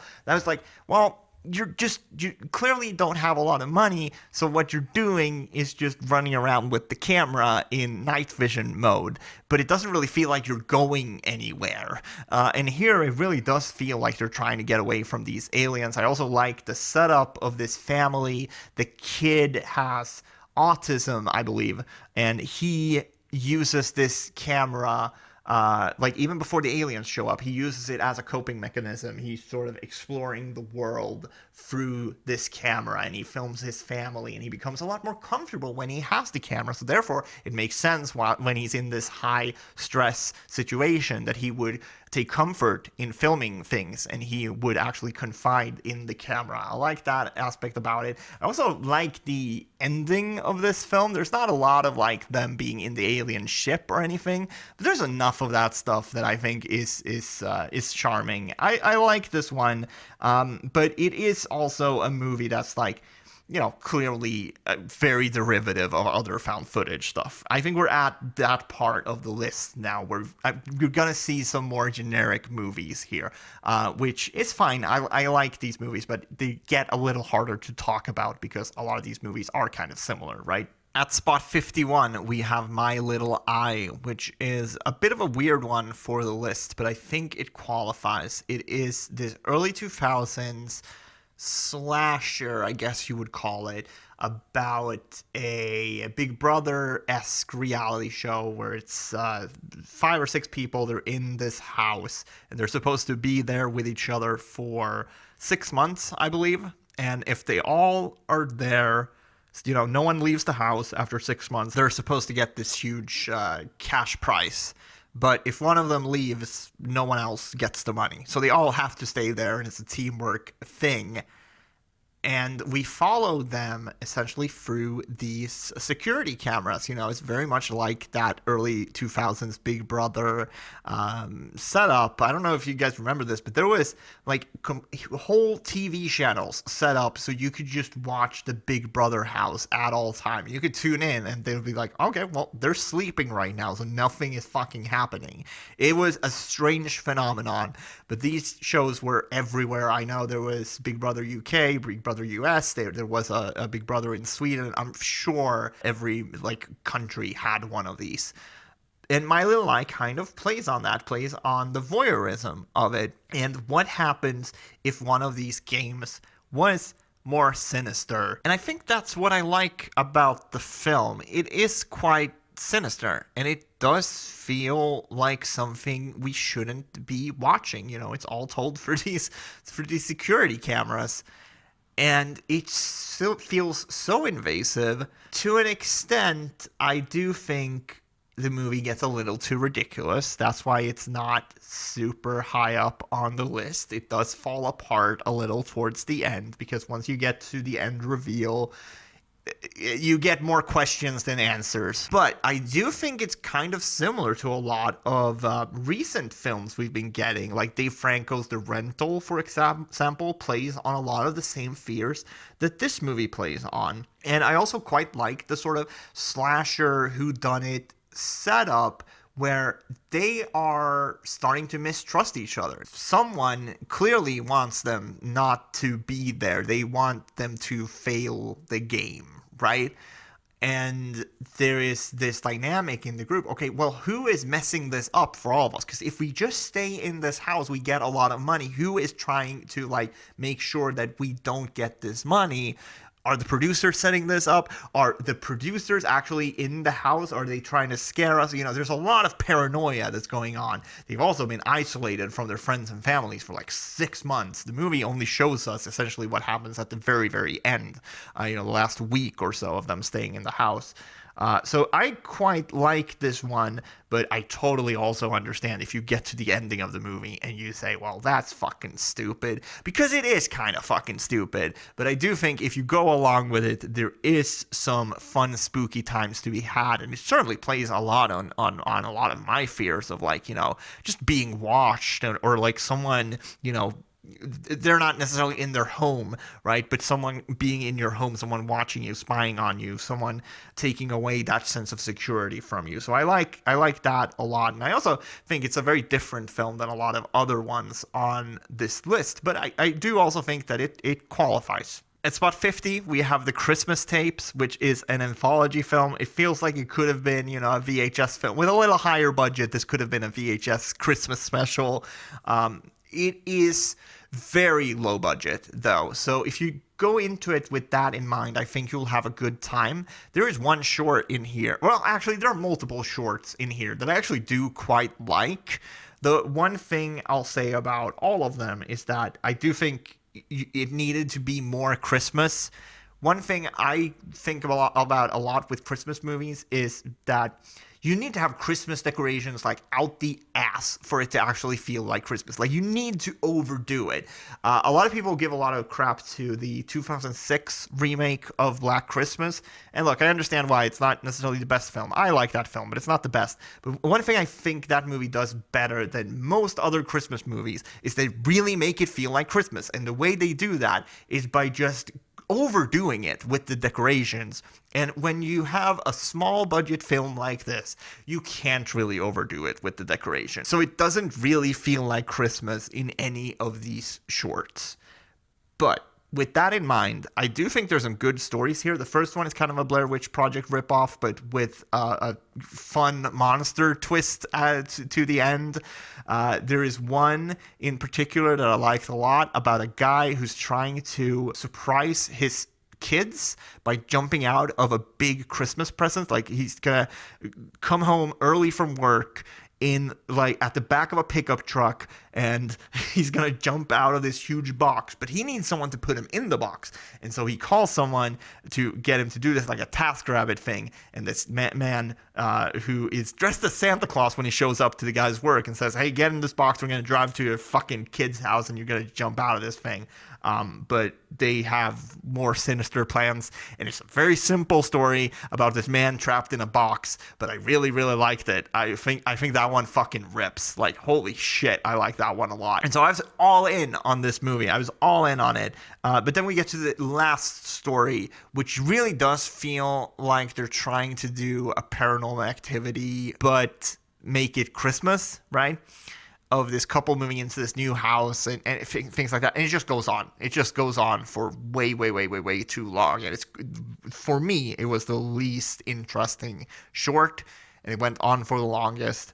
If that one had been better, shorter, or if they had another story completely, I think I would have rated this a lot higher, because I like the other shorts quite a bit. Also, I think I might, full disclosure, I might be a little more lenient on it because it is a movie you can watch legally for free on YouTube, and it's very low budget. So I'm like, obviously, you know, some of the acting isn't amazing, but I'm not really going into this movie expecting the acting to be amazing. I had a really fun time with it, and that's why it's at spot 50. Did not really like the last story though. At spot 49, we have House LLC, which is a movie that, since I watched it, has gotten this huge cult following, to the point where I should actually rewatch this, because I remember watching it and thinking it was okay. But honestly, it's one of these movies that kind of went in one ear, out the other. When I think back on it, there is certainly stuff I like, but I also think that there's some stuff in here that's like not really made for me. It's another one of these haunted house movies, and I think it's a very ambitious movie, but it is a little too ambitious for its own good. Like, I don't know if I actually think the story kind of comes together in a great way. That being said, the scares themselves are actually quite effective, and I like the setup of, you know, these guys basically buying this haunted house and trying to make a Halloween attraction out of it, and then something going horribly wrong, and then this documentary crew making a documentary about it. And obviously it is a mockumentary. That's why I got tripped up there. But this has such a huge cult following. Now it has multiple sequels. I'd be interested in going back and seeing if I could maybe get a bit more of an appreciation for it on second watch. Maybe figure out what some other people really, really like about it. Because I remember thinking the story was kind of corny, but it seems to me like the thing people like about it is the story. So I'd be interested in checking it out again. I can't really say too much more about it though, sadly. So certainly not a movie I disliked, but not one I feel overly passionate for either. At spot 48, we have Gonjiam Haunted Asylum, and this is one that people actually go quite hard for. And I can understand why. It is a well-made movie. I really like some of the characters in this film. There is one person in particular. Let's see if I can find her name. Yeah, Charlotte. Charlotte, who is this, YouTube influencer girl. They're all kind of signing up to do this haunted asylum ghost hunting live stream thing, where there is a crew that you go on these ghost hunt regularly, and then they take in people either from the community or other, like, YouTubers or things like that. This is a Korean movie, by the way. And this Charlotte character that I quite like, she's this influencer that's been to a lot of other haunted places, and she's the one in the group that speaks English, and so she has like really fun and a really fun energy to her that I quite like. And that's the thing I think I like most about this movie, is the characters, and it's the fact that they try to build these characters out. They're not just necessarily canon fodder. But once they actually get to the Haunted Asylum, I do think this movie has a pretty big issue, and that is that it's so derivative of other found footage movies, specifically the Blair Witch Project and Grave Encounters. There's a lot of Grave Encounters in this movie, to the point where I think you could actually have titled this movie Grave Encounters South Korea, and that would have been like a better title for it, honestly, because I'm watching this and I'm honestly thinking like, okay, you are basically ripping off scares from other movies. That doesn't necessarily feel 100% okay to me. I get that a lot of these found footage movies are similar, but this one feels very egregious with how much inspiration they're taking from other movies. And I don't know if that's like a popular opinion. I don't think so, because it has a good rating here on IMDb or on Letterboxd, and I do believe it has a good rating on IMDb as well. But it's not bad, and it's certainly not poorly made. But I do feel a little strange about it because it is so derivative, and so that's why you see here, it's one of the few films on this list that I've actually rated, and I rated it 2.5 stars. Completely down the middle on it, because that's how I feel about it. One part of me really likes it. I like the characters. I like the craft it took to make this film. Another part of me thinks it's kind of shameless. So that's why it's completely down the middle for me. At spot 47, we have Paranormal Activity 2, and I can't decide if this is low or not, or if I've accurately put it where it belongs on the list. I think this is okay. I was really high on it when I watched it for the first time, because it does deliver on a lot of the scares. It completely understands the first Paranormal Activity movie, and it does that again. But it does so with it's just more of it. It's just larger. It's a larger house. There's more cameras. There's more scares going on. It's more inventive with the type of scares that it's doing. But I also think story-wise, this is not really a thing. We needed to continue this story. Like, that's something I feel about the whole Paranormal Activity franchise, you know. I don't know if I needed all these movies about Katie. Like, maybe just make something else. Don't tie it back to the original. Maybe that could have been more fun. Because here, it's kind of what I was saying about, the Houses October Built 2 and all that, of like, well, you're just kind of doing the same thing again, and how interesting is that? I don't know. It's certainly not bad. There are some jump scares in this movie that I remember so vividly watching for the first time, especially the one where all the fucking cabinet doors in the kitchen open and all the pots and pans start falling out. It's like it's an earthquake in this house that they're in.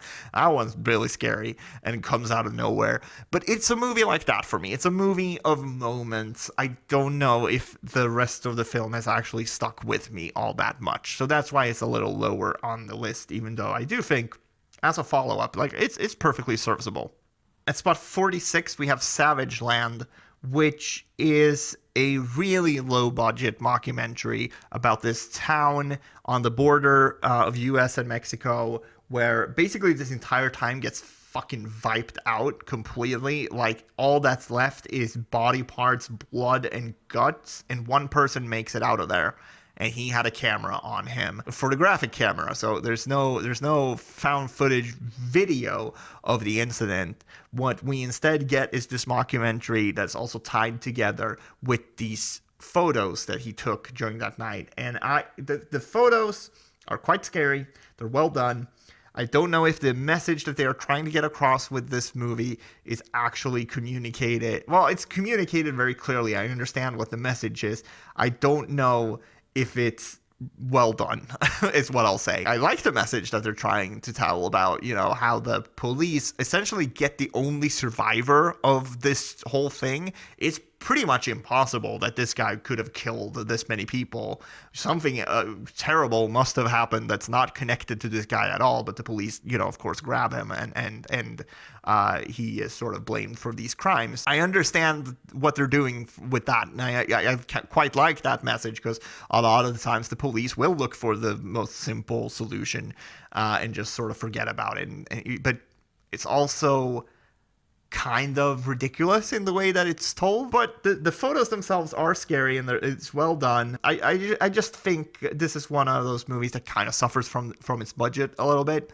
Really, I really like the ambition here, and I do respect that they're trying to say something with this film. I don't know if the execution was like good enough to back some of that stuff up, I guess. At spot 45, we have The Fourth Kind, which is interesting. I think the main problem with this movie is that they went way too hard with their marketing. They tried really hard to sell this as a true story, and I don't think people were having it. And honestly, they ran into some legal trouble as well. They like faked some news articles from actual sources. And of course, those newspapers were not very happy that some movie studio decided to like literally create fake news and put their publication's name on it. So they went to court over that. It was a whole thing. But the movie itself is actually pretty neat. This was never going to be a movie that reviewed very well because it's a movie that's going for a very, very specific thing, that late 80s to 90s documentary, unsolved mysteries, believe it or not type of documentary about supernatural occurrences, aliens. It very much has that made for TV feel, but it's of course made with a big budget, and Mila Jovovich is the lead character in it, and she's actually the presenter of the whole thing as well. She acts as sort of the TV presenter, and I think for people like me who has an appreciation for all that stuff, like I never believed in alien abductions or anything supernatural, things like that, but I would watch those shows because they have a vibe to them, and they're so enthralling. So I understand why this movie made a lot of money. I feel like there's a lot of people like me who has that sort of appreciation for these types of stories and this type of entertainment, and seeing that on the big screen with a big budget, it's pretty cool. Is it a great movie? No, not really. But it does have some really fun, scary moments, and it is so fun to look at a movie like this and be like, well, yeah, obviously this is bullshit, but I mean, what if it wasn't? That would be really fun. At spot 44, we have Profile, which is another one that I was like thinking about not including. This is certainly way more of a thriller, but I do think it belongs because it goes a lot harder than something like your average thriller. This is inspired by true events of a journalist going undercover online, essentially, and video chatting with extremist jihadists, and kind of getting recruited into ISIS, but they're doing it for an article, right? And I think the thing that this movie really sells is the fact that, well, anyone can get wrapped into shit like this online. It doesn't really matter who you are, what your background is, or how smart you think you are. You can get brainwashed by shit like this. You're not smarter than anyone else. These people are professional brainwashers. They can do this to anyone. And this journalist certainly runs into that as well, where she actually, it's this classic undercover story, right, of like going in too deep and then not necessarily being able to get out. But with this, I do think it's the subject matter here that makes it hard. It feels so freaking oppressive. Essentially, it gets to this point where, and I don't think this is a spoiler, it's inspired by true events. Like, let's not be crazy about spoilers here. I think movies based on true events, that's fine. There's a point in this movie, maybe about an hour in, where a marriage starts to happen over Skype or Zoom or whatever they're using. And it's this point where, like, well, I'm at this point now. How fucked is this going to get, right? She can't just disconnect the call, or she can, but like at some point this is going to happen again, like, for them to get closer to the characters that they are investigating for the story, she's going to have to commit to this at some point. Now we the viewers can watch this and be like, well, clearly don't do the fucking story, right? Clearly that's the move. But also we don't there's expectations to her. She has expectations where this story is going to take her financially and career-wise. It's a tough movie to watch at times because it is also kind of infuriating, but I do think it has something about it that made me so incredibly anxious, and I do applaud that. There's one thing about it that is, because it tells, obviously the real story here was done over multiple I don't know, weeks or months, but over a long period of time, and here you're trying to tell the story in 106 minutes, which is not a lot of time to tell your story, condensing a real life event into that short amount of time. So what they essentially do is that we don't spend a lot of time with the main character when she's not undercover. So it's very hard for us to sort of get to know her, like the actual her. She spends a lot of the movie undercover, and so we just kind of know the character she's playing for these jihadists. And that is maybe one of the things I thought about with this movie. Like, maybe this would have been good as a 2-part thing or a mini series where we actually feel more for the main character. Because this is a horrifying situation. It is horrifying in the movie as well. I think maybe it could have been better if it was explored a little bit more, and maybe it wouldn't have felt quite as rushed. But I do like the film a lot, and I think it's smart that it's told through this journalist's this laptop screen, because that's how people get radicalized, right? Online. That's how that happens nowadays. So it totally makes sense why the story would be told through a laptop screen. At spot 43, we have Wreck 2. I don't have a lot to say about this film. I like it. I think it's a very good follow-up to Wreck. However, this is the only movie on the list, and this is why it's further down on the list. This might be a total me thing. You might not be annoyed by it, but this movie uses a lot of helmet camera. It's about this SWAT team that goes into the apartment complex from the first film, and a lot of it is helmet camera and body camera stuff. So it's a lot of really quick movements, and you're following, basically the head movements of these SWAT teams, and it really made me quite nauseous. It's the only found footage movie that has ever made me nauseous, and I don't think that's me being sensitive. I think that's actually a problem with the movie when so many other found footage movies I haven't had that problem with, but Wreck 2 I really did. So even though I enjoyed the movie, I do think the shaky cam here and the erratic movements of the camera is it's too much for me in this film, but a fun zombie movie nonetheless. At spot 42, we have Troll Hunter, a horror comedy from Norway that it's one of these movies that when I think back on it, I have to sort of think about how much of a good time I had with it, because initially it was a lot lower down on the list, actually, because I don't have this great passion for it.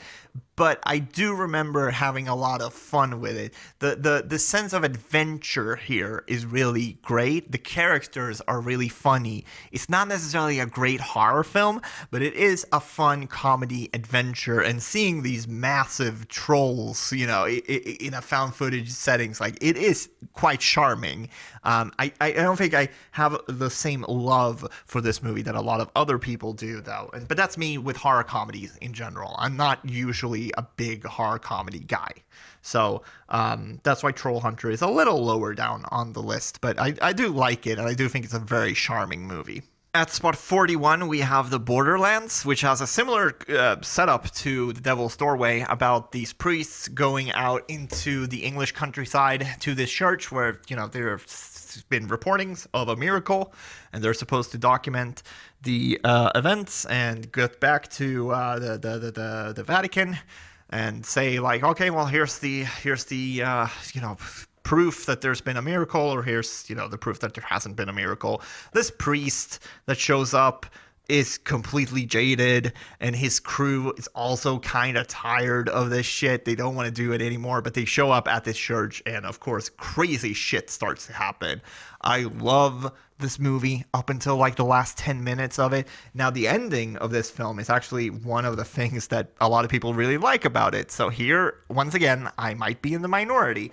I think this is maybe for me a little too surreal, and it goes kind of in a strange direction at the end, to the point where like I had kind of a hard time grasping onto anything.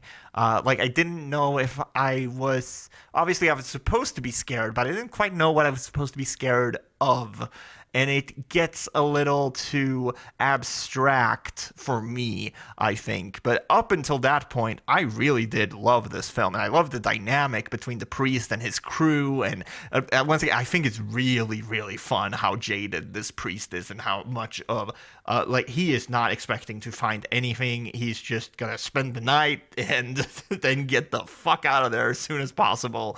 And he's very kind of dismissive of, like, the whole setup of, like, going out into the English countryside and like the village, the people in the village and all this stuff. Like, he's so jaded. It's very, very fun. But yeah, I think it's very good. I just I don't know. The ending just kind of threw me for a loop a little bit, and that's fine. Not everything has to be for me all the time, right? But that's why it's a little lower than the list. For I know some people have this like really high, like in the top 10, and I understand it. It's very, very well made. But yeah, it's a spot 41 for me. We're getting to the point now in the list where like all of these movies I like. So I think with Troll Hunter and the Borderlands, we're getting to a point here where, yeah, you can't really go wrong with a lot of these movies, in my opinion. At spot 40, we have Paranormal Activity, The Marked Ones, a surprisingly fun sequel to Paranormal Activity 4. This one is standalone. I think this is what they should have done with the Ghost Dimension as well. They shouldn't have tied it back to the original. They should have tried to have another standalone story. This one is really fun. It reminds me a lot of like a superhero story. It feels inspired by Chronicle, which is a found footage movie about someone getting superpowers. For me, what really sells this movie is the characters. They have a lot of fun with each other. They care a lot about each other, and that's really my main takeaway from the film. Just a fun romp. Not necessarily a deep movie or anything like that, but I do quite enjoy a lot of the dynamics between the characters. It also has some really great scares. There's one point in particular I remember where they're out on the street and someone gets like thrown out a window or something and onto a car, and I remember that scared the crap out of me, because that is not the type of scares you go in expecting from a Paranormal Activity movie. But in this one, they ramped a lot of the craziness up, and there's a lot of really fun moments in it. At spot 39, we have The Taking of Deborah Logan, one of these movies that I don't think this premiered on Netflix, but it gained a lot of traction on Netflix. And it on paper, I sort of was hesitant towards this movie because I thought it was going to be a movie where like, oh, this old lady has Alzheimer's. Isn't that scary? Like, I thought that was going to be the thing, and I don't know how exactly I feel about that, because hey, that's a real disease. We probably shouldn't demonize people who suffer from illnesses, right? But this movie, they actually try to be sort of as respectful as possible they can with that stuff, to the point where like it really does feel like half of this movie is kind of set up for you to get to know the main character, Deborah Logan, and they want to like accurately depict the effects of Alzheimer's on the brain, and therefore I actually think the movie kind of suffers a little bit. You know, it's this kind of weird juxtaposition I have with the movie, right? Where like I really like the fact that they are going out of their way to try to be respectful towards people with Alzheimer's, and they really go out of their way to tell you, okay, well, these are the effects of Alzheimer's on the brain, and they're trying to be like very respectful with it. But because of that, the movie kind of also falters a little bit in its traditional storytelling, where we spend so much time on that, we don't really spend a lot of time on the demonic possession. So when that stuff starts kicking in, it feels a little bit rushed. However, I am still glad that they decided to go this way, because it does make you have an emotional connection to these characters, to Deborah Logan's family, who's trying to take care of her, but she has this horrible, disease that is really destroying her, but also the family. And the whole reason why they're deciding to do this documentary is because it will help with some of the medical costs. So it's like there's a lot of really interesting and sad, honestly, family dynamics that I could watch a whole movie about that. But then they, of course, introduce this element of, what is this thing that's taking over Deborah Logan, what the horror of it all. And the horror is really, really well done, but it does also come across as a little bit rushed. So that's why it's not at the top of this list. But I do really, really like this film, and I understand why it took off in the way that it did, because it has some scenes that are like seared into the back of my mind forever. There's this part at the end, especially. There's some scenes there where I think if you've seen the movie, you will have known exactly the type of shots that I'm thinking about. It's very, very disturbing. I think this one was kind of a big moment for not just found footage movies, but movies in general on streaming, because it was able to take off in the way that it did on Netflix, even though it wasn't a Netflix original. People just saw it, liked it, and talked about it, and it became a huge thing. I think that's really cool. And that's, as much as we talk about, how streaming is sort of changing the way we watch movies, and is that good or bad, I do think it's so cool when success stories like this happens. At spot 38, we have Dashcam. This is going to be the most controversial placement on this list. A lot of people really dislike this movie. I understand why a lot of people really dislike this movie. It is obnoxious. It is in your face. I also think it's kind of hilarious. The first 20 minutes of this are really tough to get through. It's this really, really unlikable main character. She is anti-vax. It takes place during the pandemic, right? And she's this anti-vax, anti-mask, extreme right-wing type of influencer that is insanely rude. And when I say she's a terrible character, I'm not talking about her politics. She steals a person's car. That's a thing that happens early on, and that's supposed to be her friend. She constantly talks down to her friend's girlfriend and says like, "Oh, are you gonna let this bitch, control your life?" Like, even though she is in their home, she's like just so incredibly rude. And then you add the fact that she is this anti-mask, anti-vax type of personality where, she's going into stores without a mask, and they're like, "Hey, you have to leave if you're not going to wear a mask." And then she makes a big fuss about it, and they have to call the police. Like, she's just a lot. It's a lot. And this is the main reason why people hate this movie, is this main character.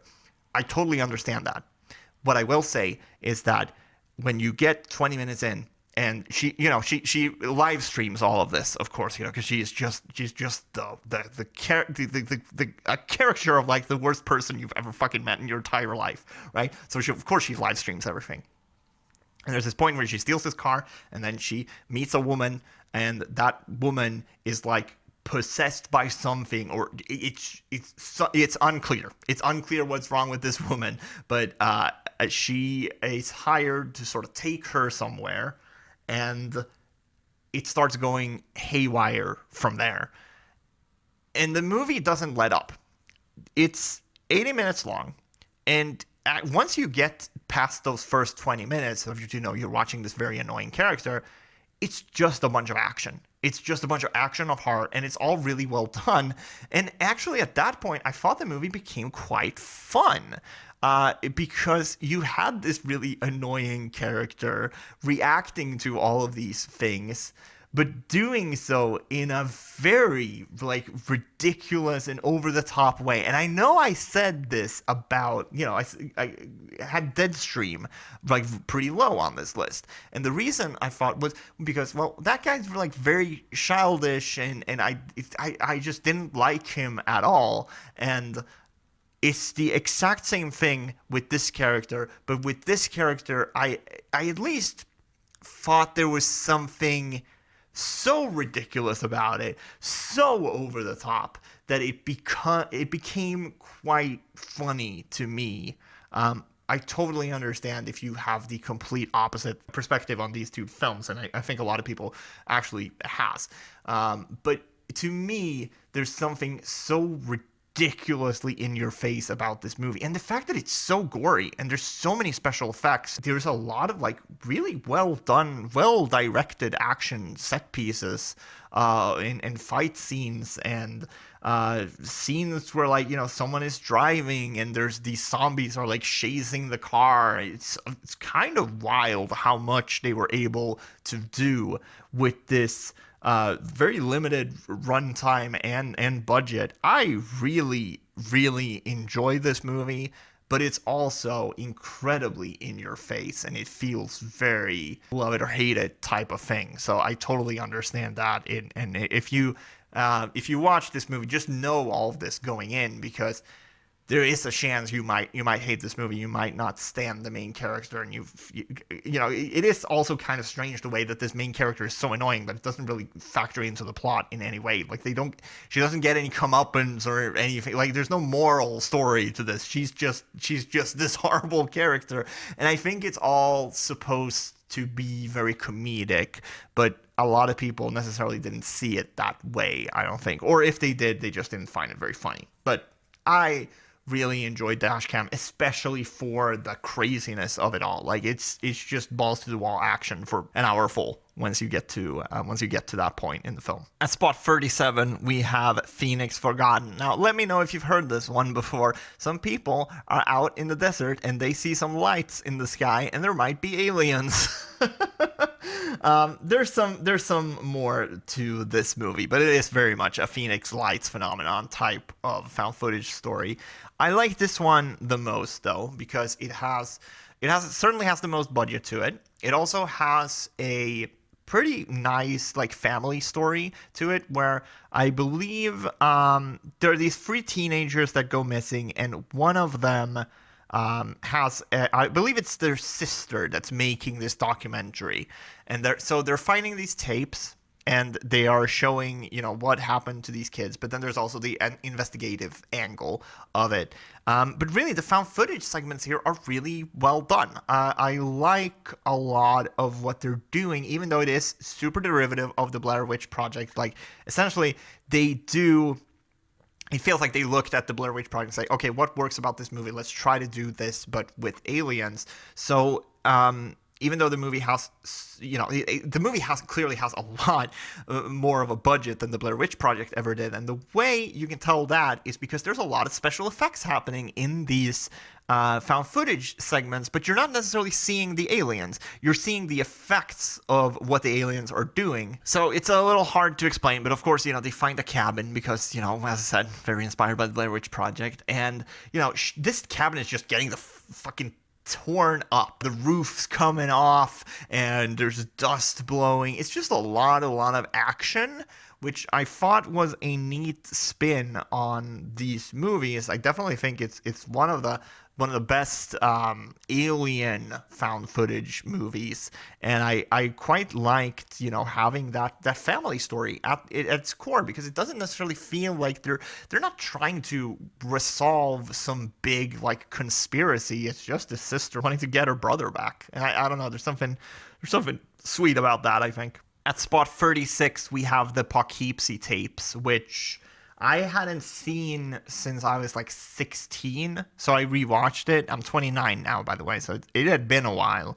And it's funny, it moved down quite a bit on the list, but the things that stood out to me back then were the things I like the most about it now.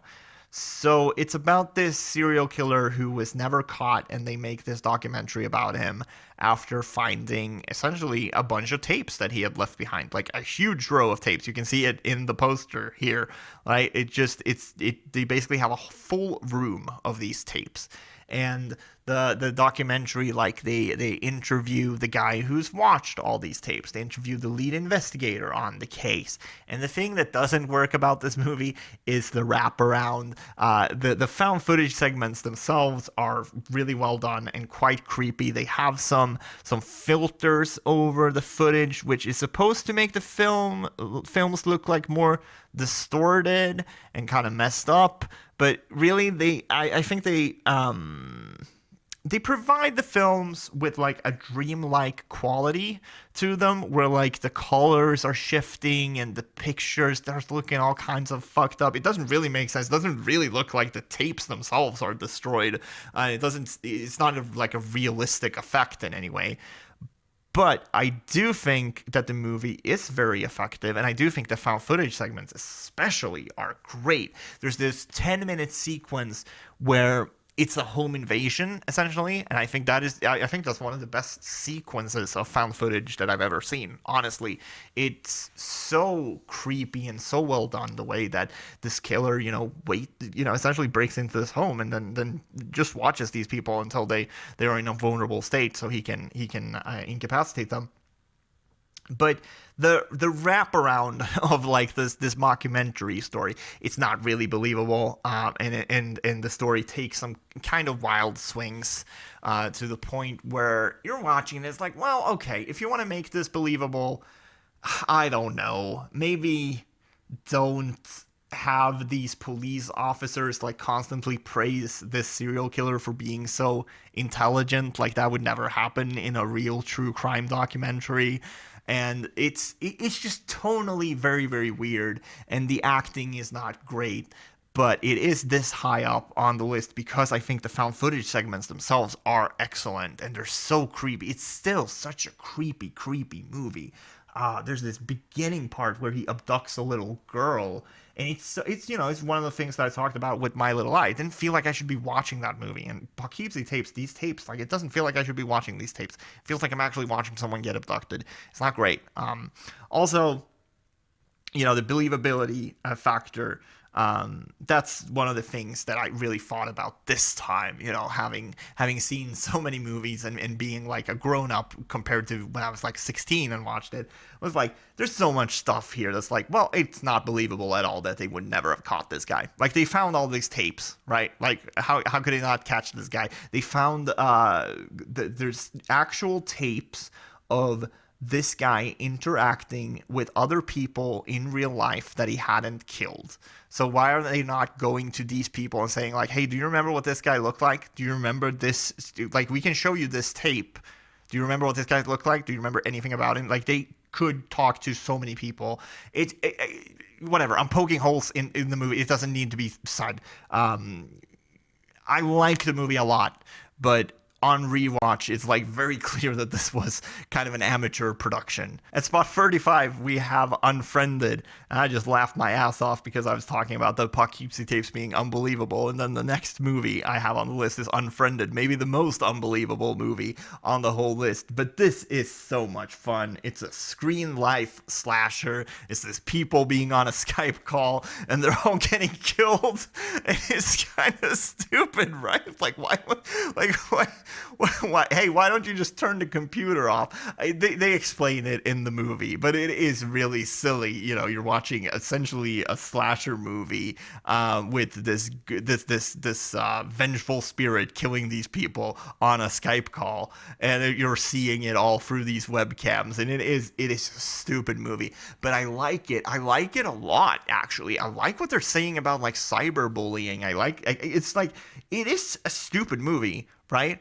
But it's also kind of smart. I hope you understand what I mean by that, because it's like they actively thought a lot about, okay, well, how do we make the spirit, how do we make this whole thing make sense through a technological standpoint? And like, story wise, okay, This spirit of this girl, she was cyberbullied. So okay, it makes sense why she's like, it's an online creepypasta thing, and you know, all these things in the movie. I'm not explaining it well, but I hope you understand what I mean.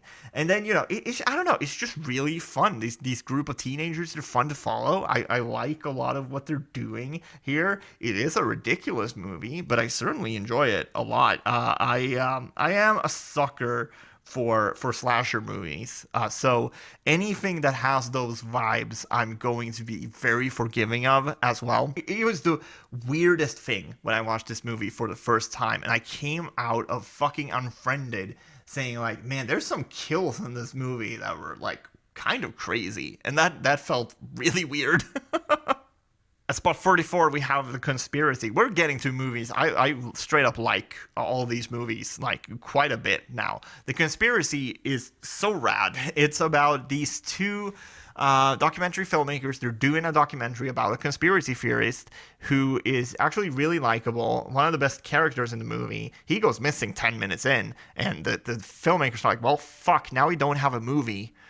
But they start looking into his disappearance, and they start to realize, like, hey, maybe some of the things, not all of them, of course, but maybe some of the things he was saying were true. And maybe that has something to do with his disappearance. And they're kind of approaching it from this thing of like, okay, well, maybe he wasn't right that there's this whole conspiracy with this whole secret society. But obviously he was getting close to something, because someone, you know, fucking abducted this guy or killed him or whatever. He wouldn't just go away, because he doesn't, I mean, he seems crazy in some ways, absolutely, and he has some ideas that are out there, but he's also incredibly friendly and incredibly likable in those 10 minutes that he's in the film. So these guys essentially say, okay, well, let's make this the documentary, let's try to find this guy.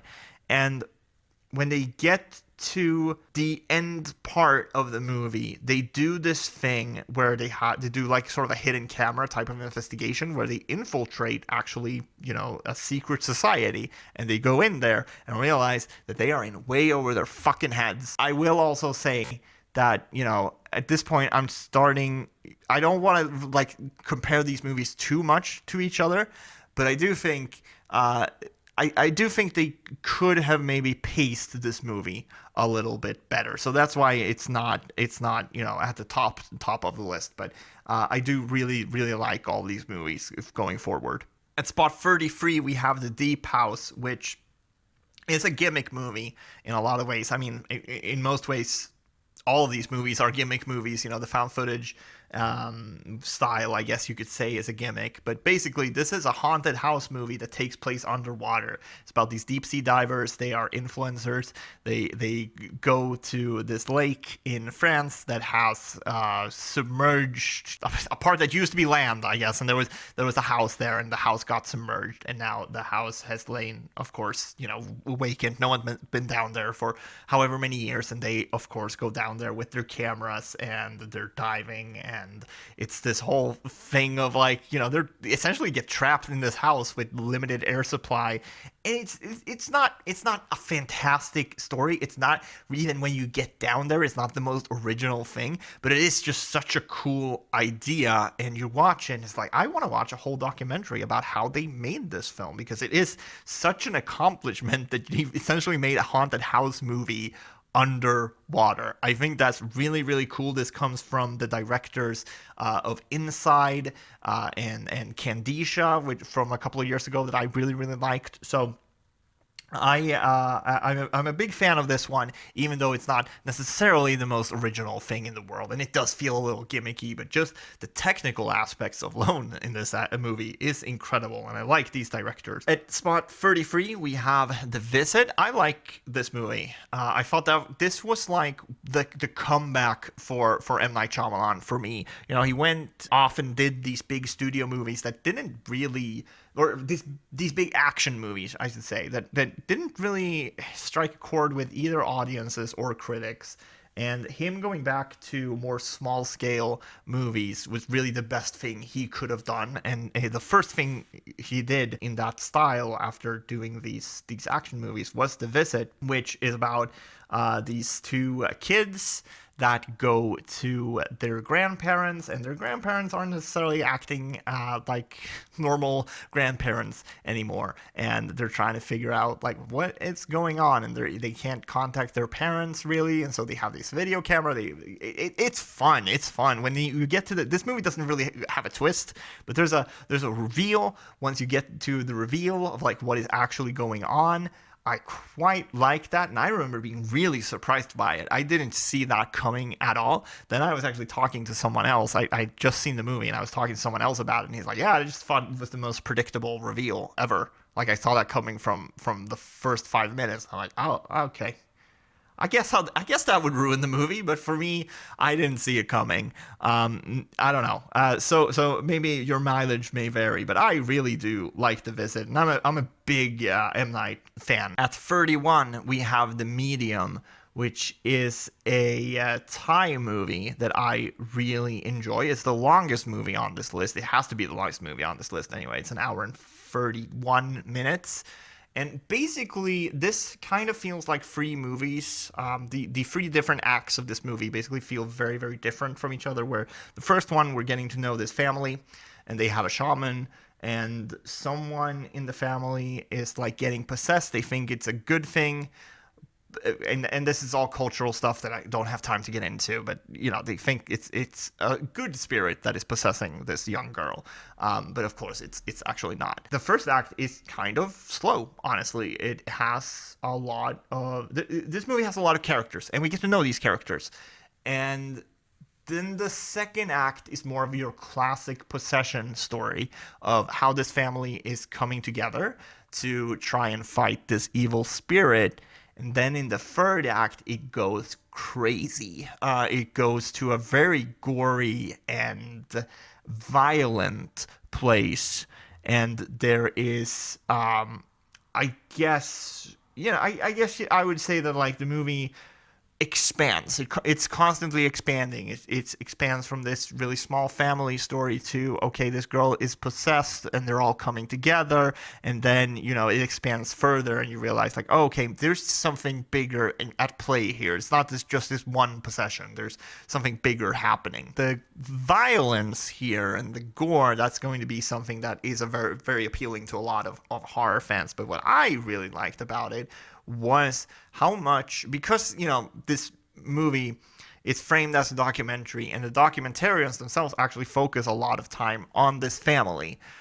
That's one of the things that I really connected with this movie, was how much they actually feel like a real family with real issues, like not even before the girl gets possessed, right? Of like, okay, well, these two people don't really like each other because this other thing happened in the past, and this person has money problems, but they're getting help from this other person, like, all this sort of like family dynamics that we all sort of have, but a lot of movies tend to either portray families as like incredibly happy or they are completely broken and everyone fucking hates each other. This one is a really good portrayal of like a medium happy family, or like whatever you want to call it. That's a bad way of putting it, but they feel like regular people, and that's so cool to have in a movie like this that then later on goes in this absolutely bonkers direction with so much violence and so many death scenes, and so like it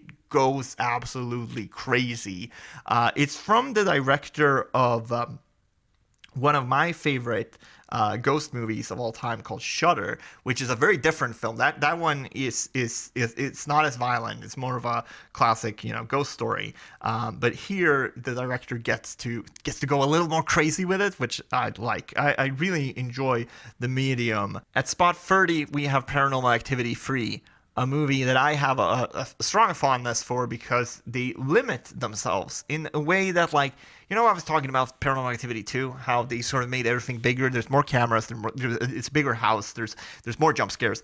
In the third one, they sort of go back to basics a little bit by making it a prequel. And yeah, it's kind of cheesy how it ties into the first film. It's like, okay, is Katie's whole life documented by people doing, home videos in this exact same formula of like people filming at night and shit like that? Like, but if you discredit that, if you're willing to go along with it on that level. I do think there's a lot of fun to be had here because they do some, it's set during the 80s and they use a lot of the equipment that would be available at the time, right? So they are limited and they are forced to be really creative with their scares, and then at the end they go in this completely other direction, kind of similar to the Medium, where like it's not as gory as the Medium, obviously not, but it does go in a really crazy direction towards the end, which I was not expecting, because I thought the beginning of Paranormal Activity 1, or I think for the end of Paranormal Activity 1 and the end of Paranormal Activity 2 were quite disappointing. Like, that's not the best parts of these movies, and I think the best part of Paranormal Activity 3 is the ending, is how crazy they go with it, and I really respect that about the movie. I also think it's smart that they would throw on some more limitations by, setting it in the 80s instead of doing the Paranormal Activity 2 thing where they go like bigger and try to have more cameras and shit like that. At spot 29, we have Butterfly Kisses. I watched this just a couple of weeks ago and I really enjoyed this movie, even though it is kind of overly convoluted. It essentially is a movie within a movie within a movie, which maybe sounds more convoluted than it actually is. But I do wonder if there might have been a more cohesive way to tell this story. This is really good. I think it could have been a top 10 movie for me if it just kind of came together a little better. Essentially, it's about this filmmaker who finds a box of tapes. And it's very important to know that he is a failed filmmaker.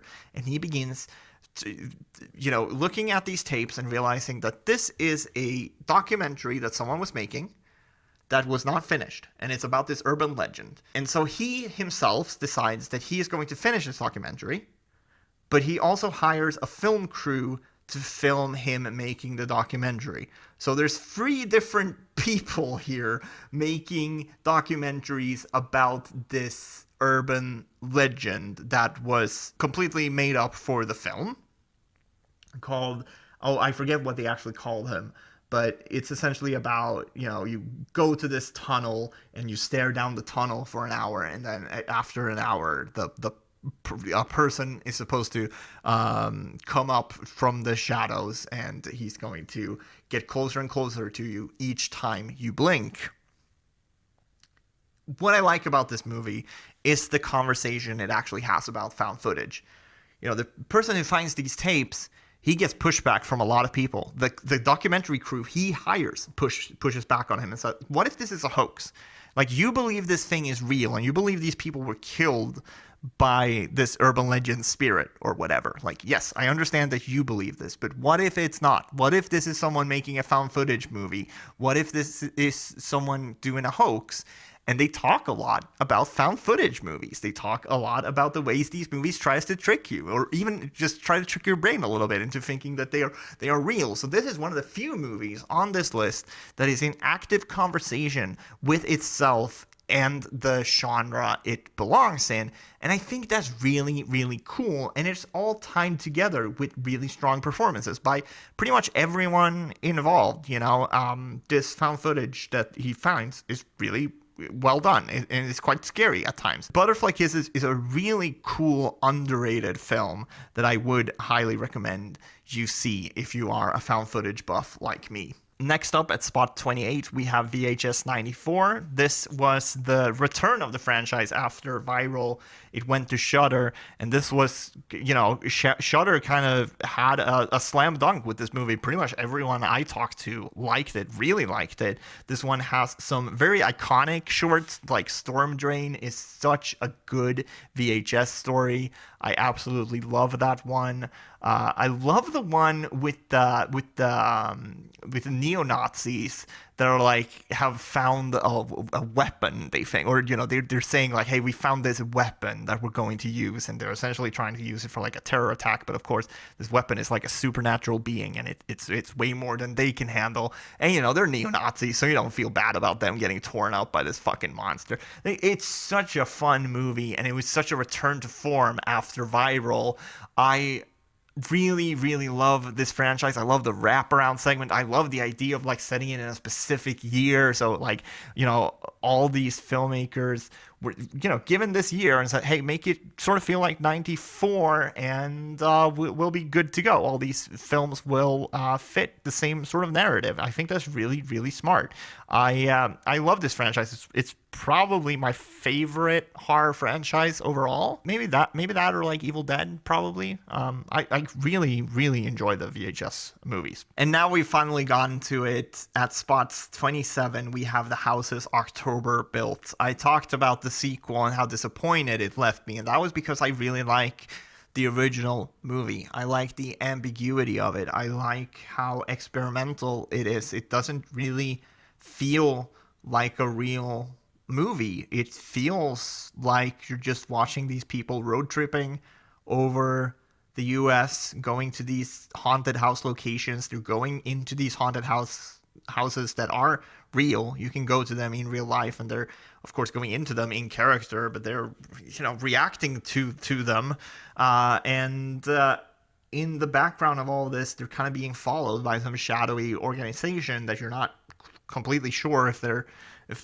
just an extreme haunt group, or if they're actually in some sort of danger. And the beauty of this movie lies within that ambiguity that is so prevalent in this first movie, and then they sort of destroy it all in the sequel. And that's why I have such a hard time rating this movie now, because they've explained so much of what actually happens in the first film. But I do also think that I have to rate the movie based on what actually happens in that film. I can't base my rating off of what happens in the sequel, right? So that's why this one is still quite high up on the list. I like it. I totally understand that, someone may watch this and be like, man, nothing happens in this movie. Because you would also be kind of correct. It's very unclear what happens in this movie. You don't know. That's what I like about it. But someone else could probably watch it and be like, man, this is really boring. It's like, you're supposed to know if you're supposed to be scared or not, so I could totally see that side of it as well. At spot 26, we have Faking a Murder, which is a spoof on true crime movies. And for the first hour or so when I was watching it, I was pretty sure it wouldn't be included on the list. But then at the end, it does take a sort of horror twist.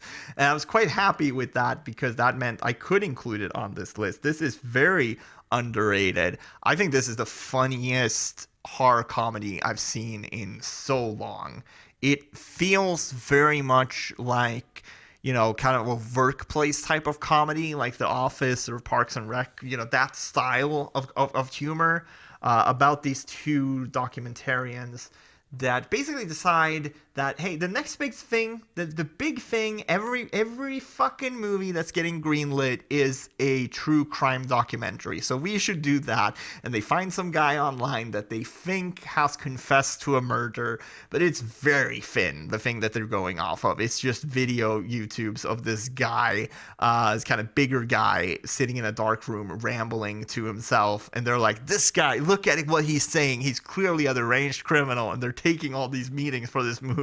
And so many people are like, you just found some guy on, like, you have nothing and no one is biting and no one wants to buy this movie, and they're sunken so much time and energy and their own money into these pitches and all that. And then of course, because some production company is starved for content, they of course get them financing, get them to make this movie. And then when they actually make the movie, they are of course so ill-equipped to make a documentary like this. They completely go over every boundary that should be set when making an investigative doc, or journalism, or any sort any type of entertainment like that. And they're just kind of buffoons. And then they get to this guy's house, and it immediately becomes very, very tense. And he kind of has this, like, villain from Wolf Creek, like that type of energy to him, where he is in some ways very likable, but also very unpredictable. And you kind of start feeling like, okay, maybe these guys were actually on stuff. Like maybe this guy is actually a fucking brutal killer. But then what does that mean for these two guys? Because they're complete idiots and they're in way over their heads. Is very, very funny. I laughed so much when watching this video, or watching this movie. I will most certainly rewatch it. I think this is a great, great comedy that takes a bit of a horror twist at the end. And now at spot 25, we have Horror in the High Desert. I talked about the sequel to this already. I really, really like this film. It's very scary. I was quite affected by this when I watched it. It's a very low budget mockumentary about a guy who goes missing in the desert. His family is interviewed about him. He's kind of weird guy, but very lovable, loves the outdoors. And they didn't know it, but he had this big blog where he did nature, blogs essentially about hiking. And he found this house where something happened. He was very, very scared. And he just took very limited video of the house. And then he ran away. And then he went back. And for some reason, we don't know why he went back, but he did. And there's footage of all of this that, of course, gets shown at the end. It's really, I don't know, this got under my skin because the movie, it doesn't show you it doesn't actually explain what the hell is really going on. And in the sequel, they get into some more of that stuff, and I actually think the sequel makes it less scary. It's clear that this had a low budget. I think a lot of this was filmed during the pandemic, so like the interviews were shot sort of themselves by the people, either like via Zoom or the people, like they had a good camera, right? But I think they took directions over Zoom. I believe that's how a lot of these interviews were shot, and that doesn't really matter. It works, and they tell a very compelling narrative. I like this main character a lot, actually, that goes missing, and I like finding out about his life, his interests, his interactions with some of the readers. I like the idea of him going to this house and then saying, I'm never going back there again, but then kind of just ending up there again because he feels like he has to.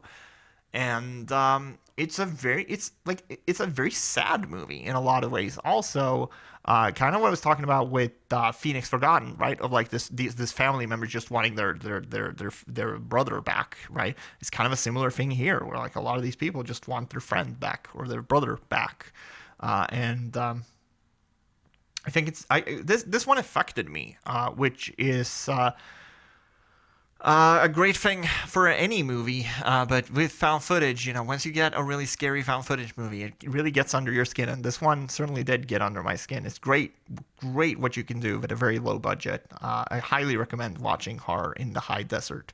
At spot 24, we have Afflicted, which is about these two guys. They are on a world tour, I guess. They're traveling the world together. They discover that one of the guys have some sort of strange illness. They start documenting it, and they're essentially making a documentary about it.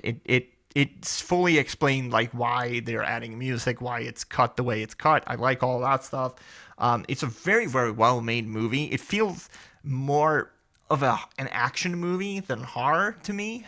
Like there's so much effects and like parkour happening. It's a really high octane movie. And it's while still having this sort of emotional core of like this guy not really knowing what's wrong with him and his friend trying to help him. they are far away from home. They're not really able to get any help, like either from the locals because they don't speak the language, but also they're not able to get any help from back home because their friends and family are not going to be able to come over there and just sort of help. Like it's a very hopeless situation. But then you also have this guy essentially gaining like powers and strange abilities, and he's punching holes through walls. He's running up buildings, and it gets really wild. But a very, very entertaining movie, and I'm surprised these guys haven't done anything else after this. I would have thought this movie would be one of those movies where you watch it and it's like, okay, this was clearly made on a low budget, but they're doing a lot with very little. That's usually the type of directors that will get a lot of work because studios can trust them with like small budgets, but still be able to make something really cool and really, that looks good. That's like the main difficulty when working with a low budget movie. Like, yeah, you can get great performances if you have great actors, but like, how are you going to make this movie look good if you don't have any fucking money?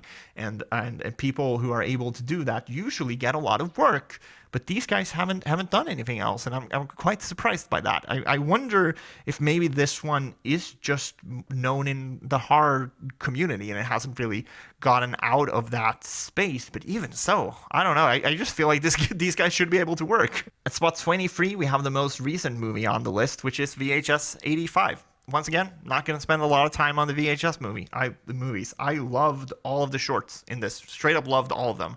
I think the one by Scott Derrickson that feels very much like a follow-up to like Sinister and what he was doing with the Black Phone, I think that's the best one. Probably going to be one of my favorite movies of the year, to be honest. At spot 22, we have a big one, and that's Cannibal Holocaust. I don't have time to get into a whole big ramble on the history of this movie, but it is of course very, very controversial, and for very valid reasons. This is a film that features real life animal cruelty, and that stuff is very hard to watch, and I didn't watch the film for a very, very long time because of this. I was just not in a space where I wanted to watch that stuff. I think whatever message you're trying to send, and I think the core message of this movie is actually quite good. Like what the filmmaker wanted to say, I can legitimately say I agree with that message, but then how he goes on telling that message, I think is heinous. That being said, it is quite high up on my list, right? So I do like the movie, but it's also a movie that I don't really want to see again because of the animal cruelty. But I do admit that I do like the film, and I'm quite fascinated by it, but I don't think you ever need to, kill real life animals on screen to share your message. Like, that was not necessary for this movie to work. And what makes this movie work is the fact that these journalists go out into the jungle and to film crazy shit, and when they don't find crazy shit, they make crazy shit themselves, right? Of like killing all these animals, destroying villages, being really heinous towards the tribes that are in the location that they're at. And of course, they get their comeuppance for it. And I think that is a really solid story. I think that's a really interesting commentary on the Mondo documentary that was popular around the time. I wish the filmmaker had some more common sense, I guess, when making the film. And I mean, he did end up getting punished for killing these animals. And actually, the main thing that always gets brought up with this movie is the fact that he had to go to court and really show that these actors were still alive.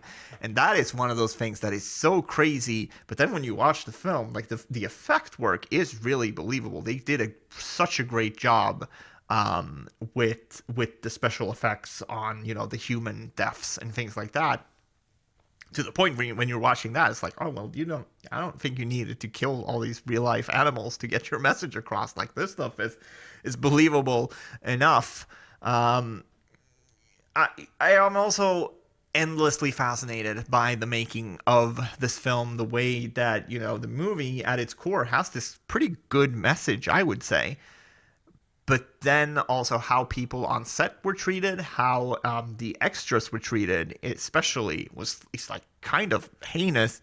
So you hear about this director who treated all these people very poorly, then making a movie that has kind of a heartfelt message about like, hey, we shouldn't go out into, we shouldn't disturb these people just living their lives. We shouldn't make these Mondo documentaries, these exploitive movies. And then he, of course, made a very exploitive movies. Like, it's so fascinating. I do think at its core, the movie is really successful at what it tries to do. But I also understand if someone, hears about this movie and hears about the horrible things that are shown, the real life horrors that are shown, like the animal cruelty, like the how people, the extras were treated and things like that, and decide then, what, fuck this movie, I'm not going to watch it. That's also completely valid. But I really think the movie is quite special. They don't make movies like this, and that's for good reason. But as a historical relic, I think it's very, very fascinating. And I also think I do think it's a very effective horror movie. But I certainly condemn the way it was made, like, for sure. At spot 21, we have Lake Mungo. Now, this is a big one for horror fans. I always hear people talking about how much this scared them. And I actually did rewatch it this month because I remember thinking it was okay, but I think when I watched it when I was like 14, 15, it went kind of over my head. And now as an adult, I did find it very, very scary. But it's scary like the original Ringu is scary. It's not a jump scare movie. It is getting under your skin. And it is questioning, you're questioning your own kind of sanity while watching it. It's about this girl who drowned in Lake Mungo, and they think her spirit is haunting, the family thinks her spirit is haunting the home that they're in. And the cell phone, oh my God, there's a scene towards the end where they find this girl's cell phone and the last like images and videos of her alive. They're terrifying. I also think this is like one of the more believable mockumentaries on this list, just because the acting in it is so good. And apparently there wasn't really a script for this either. This is one where the dialogue doesn't feel improvised, even though it was, which is quite impressive. And it's just scary. Like, it is a straight up ghost story, so I don't have a lot to say about it, but like the best ghost stories, it's very sad. This family have lost their daughter, and now she is allegedly haunting them. What does that do to their psyche? Like, the mother, especially, like, she talks about some of the ways she would cope, and it's so clear that she is not handling, anyone wouldn't handle this well, obviously, but it's so clear that, like, she is in quite a bit of distress. And then I think where they ended in this horrifying place, because you see all this found footage and shit like that, but then you actually follow the family as well. It doesn't have a complete downer of an ending, is what I'm trying to say. I'm obviously not trying to spoil it. At spot 20, we have Spree, starring Joe Keery from Stranger Things as this character. What's his name here? Kurt Kunkel. It's such a fun name. He is a wannabe streamer, I guess. He wants to be an influencer. He wants to be internet famous, and he gets a job as like a rideshare driver for this company named Spree, and he starts doing all these crazy stunts while he's driving his car. Like, not stunts as in he's going off ramps and shit with his car, but like just outrageous behavior. He's trying to be like one of those really obnoxious influencers, and he starts actually killing people. And it's very ridiculous. It's very heightened. This movie kind of feels like it takes place in a cartoon world, because everyone he meets is like also kind of obsessed with being famous. And I don't know. There's like one or two people he meets that he feels kind of sorry for and doesn't actually kill, but everyone else is like terrible, and everyone else fucking hates him. But also he's selling, like, Joe Keery's performance here is so fucking good, because he's a good looking dude, and he has to sort of make this character work in a way that, like, he's supposed to be very, very annoying and very unlikable, and he truly sells that. Like, I totally understand how everyone sitting in this car would be absolutely repulsed by him because he's trying so fucking hard to be friendly and likable, and then talks about, you know, his live stream that he's doing, and he's so in their face, everyone, about like following him on social media, and everyone he meets who's like even just a little bit famous online, he completely sucks up to.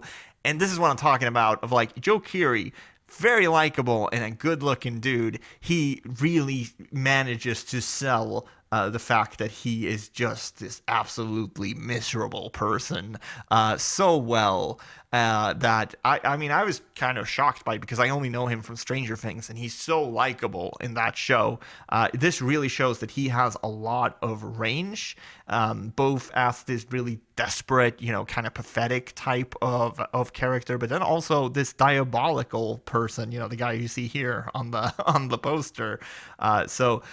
Really good showcase for his acting abilities, and I think anyone who was like mildly entertained by something like Deadstream or Dashcam should see this one, because I think this is the absolute best version of that movie, that sort of live stream, you know, desperate for fame type of story. And it's also crazy. I mean, it's a crazy movie. Like, all these characters are absolutely insane, and I think I really like that about the film. Spot 19, we have Creep 2, which I'm not going to spend a lot of time on Creep 2. I think Mark Duplass is a fucking legend for doing this, these Creep movies. He is like born to play these roles.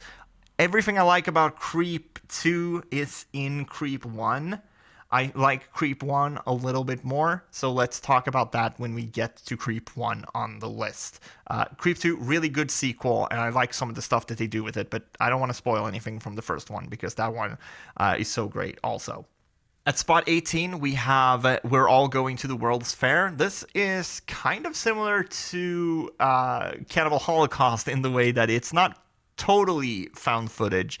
This one goes out of that perspective every once in a while, but the majority of it is told through laptop screens and found footage and video that the main character records herself. But every once in a while it goes out to like an outside perspective. If she's like walking somewhere, it basically transitions between scenes and things like that, or we see like a behind the camera shot of her sitting at the computer. It's kind of minimal, so that's why I'm including it on the list, because the majority of this thing is found footage. And it's about this teenage girl who's alone.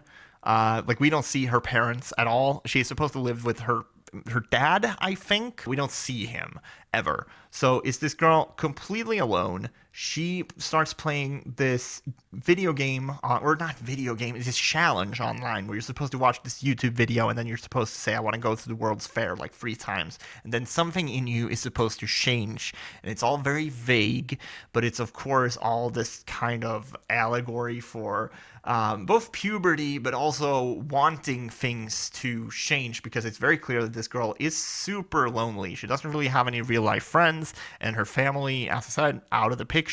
So this game, you know, she's playing this, and it has this, you know, horror aspect to it, right? Of like, she goes and sees, oh, what are the things that happen to other people when they play this game? And it's, you know, YouTube videos of like people going crazy, or like going on these weird rambles and things like that, or saying, you know, oh, my body started changing. It's all these different things. It's super vague, but basically this is all just, you know, she wants her life to change, and that's why she's playing this game. She's desperate for something to happen. She's very lonely. And I think that if you go into this and expect like a full-on, you know, balls to the wall horror movie, you're going to be very disappointed, because this is not it. For me, this very much works as a character piece of what it was like, or what it's still like, I guess, growing up as a teenager in the digital age, where we are all kind of lonely, right? We don't really engage with each other in the way that we used to engage with each other. And I felt this a lot growing up, where I grew up in a small town. I didn't have anyone near me who liked horror movies or liked punk music. The way I would socialize with people was, go every couple of months or something. There was like a concert in Stockholm that I would have someone drive me to, and there I would actually meet cool people that I would want to talk to. But in my little small town, there was no one that I thought was like interesting or like no one was like me in that sense. And I think this movie really manages to get across that sense of like angst and loneliness and otherness that a lot of teenagers feel, especially when from small towns, right?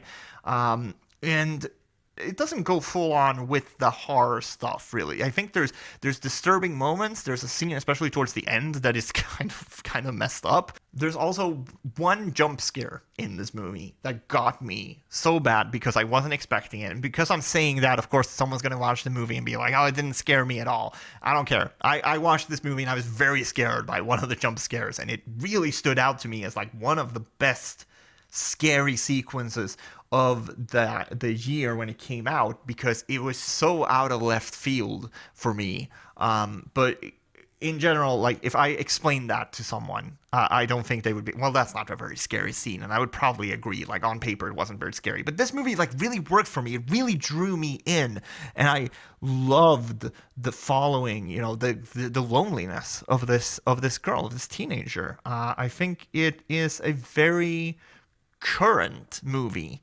and I think in some ways it taps into some of that analog horror stuff that I was talking about with the Outwaters, and I was mentioning Skinamarink. I think this taps into some of that, but then also has a really good story around it. At number 17 we have Home Movie, and I'm gonna be honest, this is probably the worst made film in all of the top 20.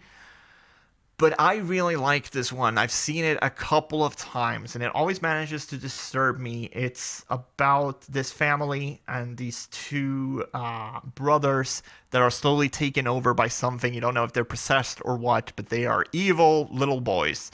And they start essentially torturing their family, first psychologically and then physically. And it's all told through their home video camera, and it's all things that they would film, like birthday parties or graduations from school and things like that, or they're playing catch with their dad, or like things like that.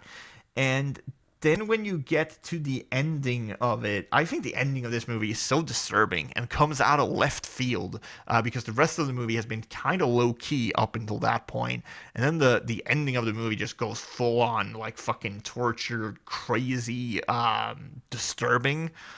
This one always, like, ever since I watched it, and I watched this pretty early when it came out. It says 2008 here, so I might have watched this like 2009 for the first time. This has stuck with me for a very long time. And I also, I mean, I could see someone watching this and be like, well, this is kind of sheeply made. And like, yeah, I understand that, but I think that kind of adds to the charm of it.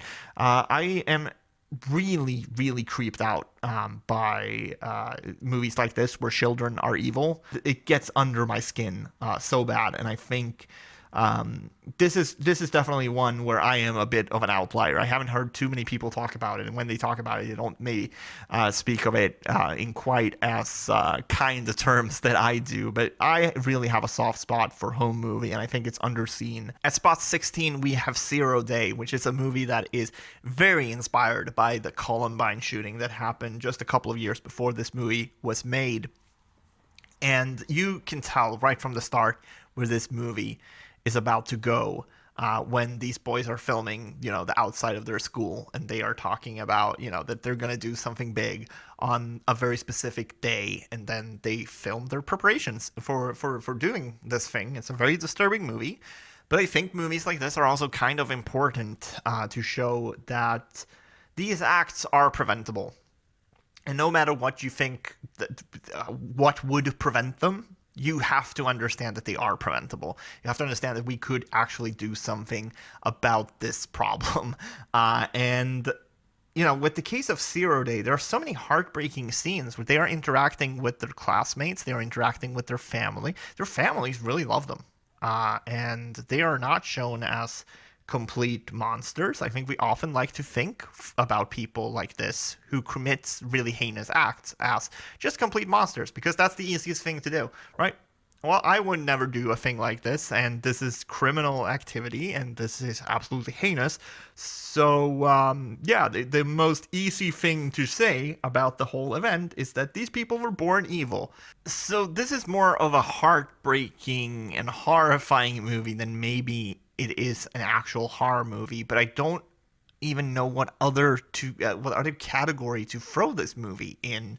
It's not really a drama. It's not really a thriller. I do think horror fits this label, and there's another movie that has kind of a similar theme that's higher up on the list. So maybe we'll talk more about that when we get to that one. But this one is quite underseen, and I think I actually do think it's kind of an important movie, and I'll stand by that. Oh wait, it's the movie that started it all. The VHS, well, not it all, but the VHS franchise, the first VHS.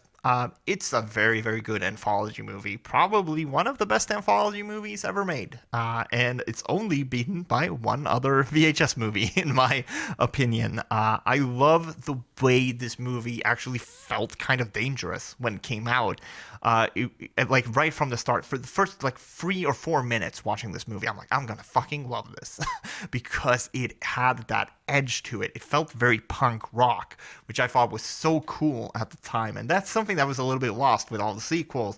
But in this one, you can really tell that, like, man, everyone kind of involved with this were really on board with making something kind of out there and crazy.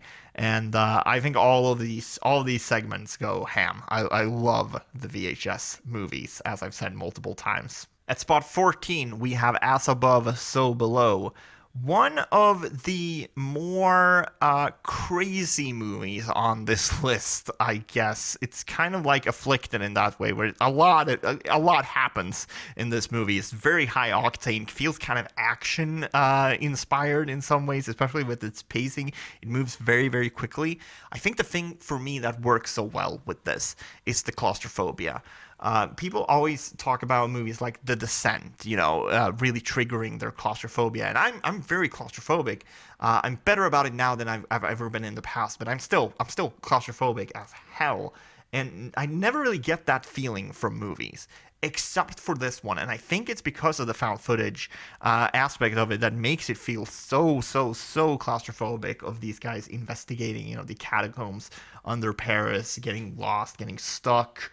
Having shit fall on them, having to crawl through these really, really small tunnels, the screams of panic every time someone gets stuck, like, it's just so uncomfortable. And then you get to the ending of the movie, and you actually, this actually makes sense. Like, it makes sense why people would find this footage. It makes sense, like, the title, everything's come full circle. Like, it's such a neat ending sequence to a movie that I just think is so much fun. Like, honestly, if I was making a list, like, top 100 horror movies of all time, like, no, this wouldn't be on it. But I do think this is a very, very fun movie, and it's very likable, very rewatchable.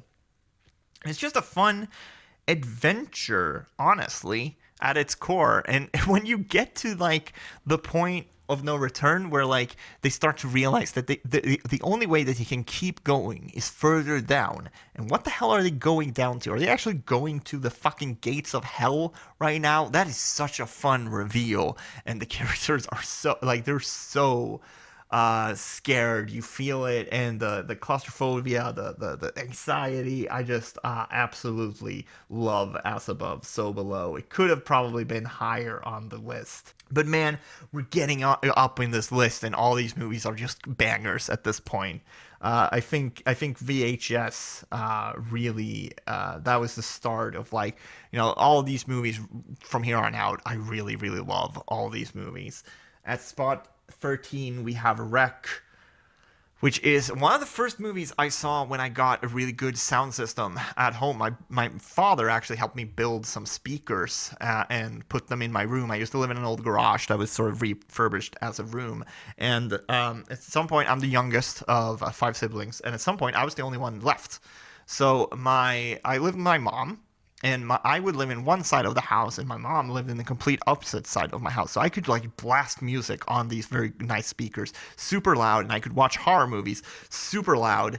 And Wreck is one of those movies where I went into it and I just blasted the volume up because I'm like, yeah, all right, fuck yeah, let's watch some horror movies. And Wreck fucking blew my mind with this great sound system, because it is a small scale movie of this news crew getting stuck in the apartment building where there's a zombie outbreak and they can't get out of there. But because of the sound, it feels so much bigger than it actually is. You constantly hear the helicopters going over the buildings, people yelling outside, the police officers standing with guns outside, making sure that no one fucking gets in or out.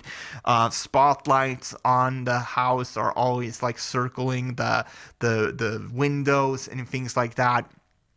It is such a well-made movie. It is very scary while also being one of those high-octane types of movies. There's a lot of running, there's a lot of chasing, there's a lot of violence. I mean, it is a zombie movie where like these zombies are fast.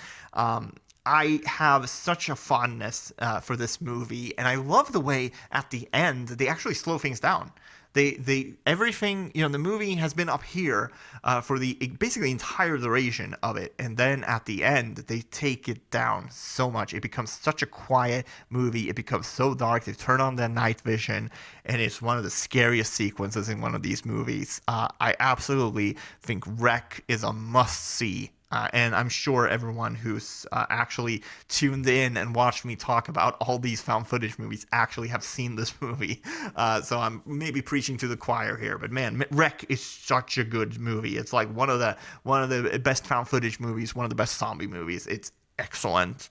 All right, at spot 12, we have Creep. Mark Duplass and Patrick Bryce basically made this movie and said, hey, what can we do that's really small scale? It's just 2 characters and a camera, and Creep is what they came up with.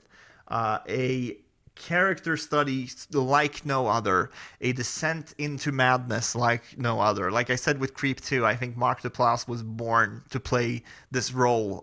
Even written on paper, I don't know how much of a script was actually written for this movie, but even on paper, I think no one else would have played this role like Mark Duplass plays it.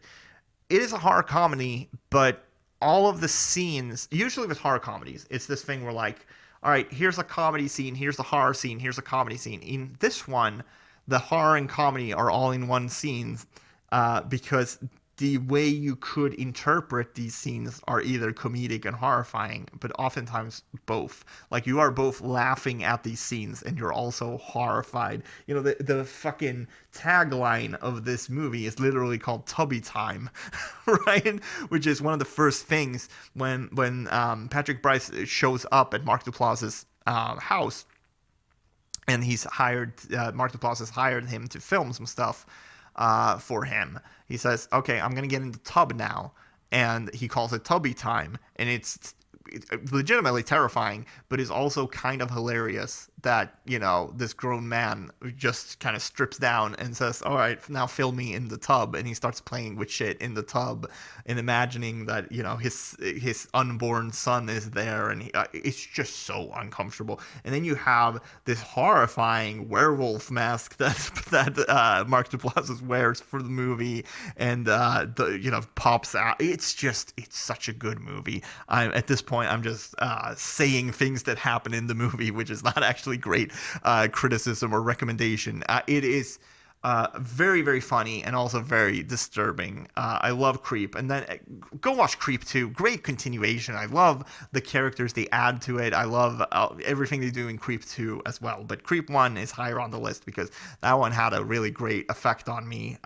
Another one that was like not made for Netflix, but gained a lot of traction on Netflix. A lot of people really connected with it, and it became kind of a cult hit pretty quickly, which is cool.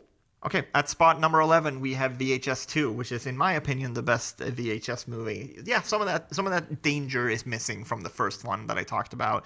This one feels a little more polished, but this one has some great segments. I love Eduardo Sanchez with the bikes and the zombies, where it's like a GoPro type of horror story with a biker and he's being chased by zombies. I liked Gareth Evans' one where Safe Haven. I think that's the best VHS short story. Love VHS 2. Okay, number 10, we have The Dirties, which is Matt Johnson's first feature. He did Blackberry from this year that I quite liked. He's also done some other movies. It's a very Canadian movie, both in style and humor, like everything Matt Johnson has done. It's very, very funny. And it's about a school shooting. It's very similar to Zero Day. A lot of the positives that I can say about Zero Day are also what I would say about this movie. But this one is also very funny, which I think makes the movie kind of more interesting. Having a comedy then takes this very dark turn, and you know where it's going right away. Like you know that this is a school shooting movie. This is what the plot is about. But seeing these characters, how they get there, seeing the fact that these characters actually have a lot of really fun banter with each other, it kind of drives the point home even more so than Zero Day. I really love The Dirties.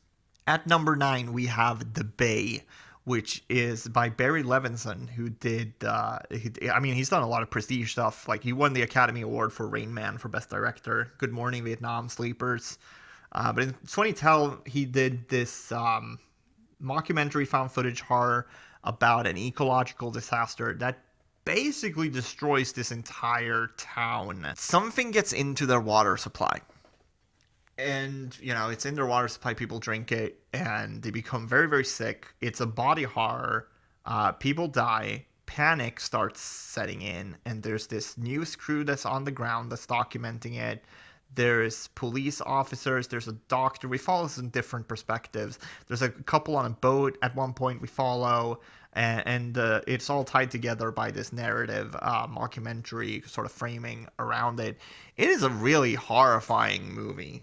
It is really disgusting, and I think I like two things about it. One is totally the body horror aspect of it, but then the other one is this complete downfall of this town. I haven't really seen anything quite like it other than a Romero zombie movie. Honestly, it has that sort of vibe to it where it all just descends into chaos so quickly. And you understand why, because all these people are fucking dying and they're all desperate to get help and the hospitals are overrun. Like, it's totally believable that this would happen this way. But it's also just, it's shocking when you watch it how quickly it all goes down. And it's a movie that goes from 0 to 100 real quick and then never lets up. It also follows, because it follows these different perspectives, you get such a good idea of what is happening on kind of all fronts of like, okay, well, this is happening to people that were trying to get away. This is happening to people that are stuck in town. This is happening at the hospital. It really shows the entire downfall of this town and why so many people died and why they weren't helped. And it's, I think this is really, really well made. If you can look past some of the cheesy sort of narration, I guess, is what I would say. But other than that, I do think it is excellent, and it very much belongs in the top 10 for me. It's definitely my type of horror as well. This whole complete chaos, like dystopia stuff, like Fall of Civilization. I really like stories like that. At number 8, we have Noroi, The Curse, which is the second movie on the list from Koji Shiraishi, who, I talked about A Record of Sweet Murder before. This one, obviously, like a lot more, is in the top 10. There's this documentary called The Found Footage Phenomenon that's on Shudder that I watched in preparation for doing this video. And the director of this was on there talking about how the inspiration from this film came from the Blair Witch Project. And he was saying how he was a little disappointed with it from a story perspective. And he said, well, what if you made a movie like that, but you made it feel like complete with a story, and you tried to build a mythology around it? And so that's what he did.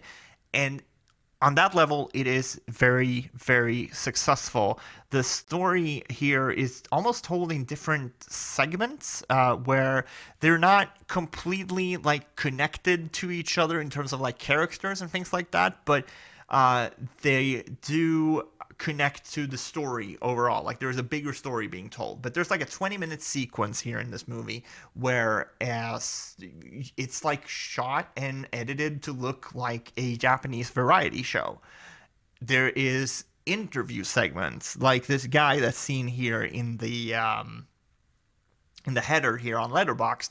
He is like this conspiracy theory dude who basically believes that spirits are out to get him. And when you first meet him, he's sort of a comedic character, but then you spend time with him, and you actually spend quite a bit of time with him, and you realize, oh, this is really sad. The way that this has taken over his entire life is really sad. And you know that you're watching this horror movie, like clearly, he's not just a crazy person, right? There is a curse happening here.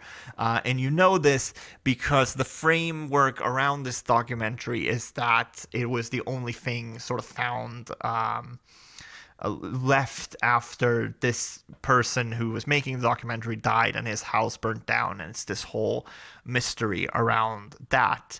But once I saw that documentary, the found footage phenomenon, and how he talked about being inspired by the Blair Witch Project, this movie made a lot of sense, because to me, when this came out, it felt like it came out of fucking nowhere. Like it's this movie from Japan that everyone loved, but it was so hard to get a hold of, and I probably didn't watch it until like the early 2010s, probably. Another longer movie, but I like movies that are long but not, and slow burns, but when they actually build like really interesting mysteries. Like those are honestly the best types of movies, honestly, like slow burns where the payoff is worth it, and this payoff is certainly worth it. I love the ending of this and sort of where they take it. It's so spooky, so scary, and also that segment that's made to look like a Japanese variety show is so fucking likable, and they nail it. They really nail the believability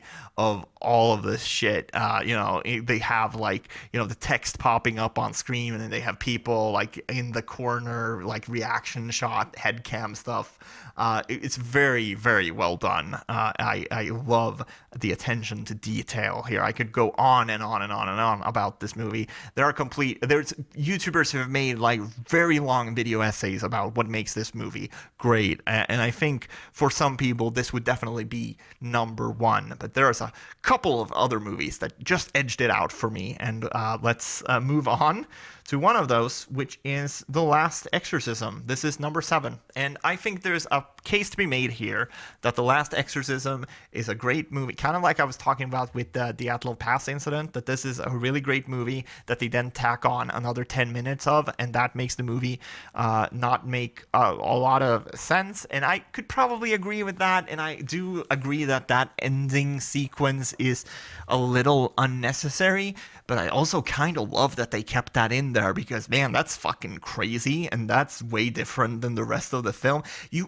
almost feels like a studio thing. Like, no, this movie needs to have a crazy ending. Like, this is a found footage movie. It needs to have a crazy ending. But what if you actually made that and made that, took a studio note like that and then made something fucking wild? This is about a exorcist who doesn't really believe in exorcism, but he believes that but by like doing this sort of performance art for people who want exorcisms to be done, he can help the people who are actually in some sort of medical distress, whether it be physical or mental.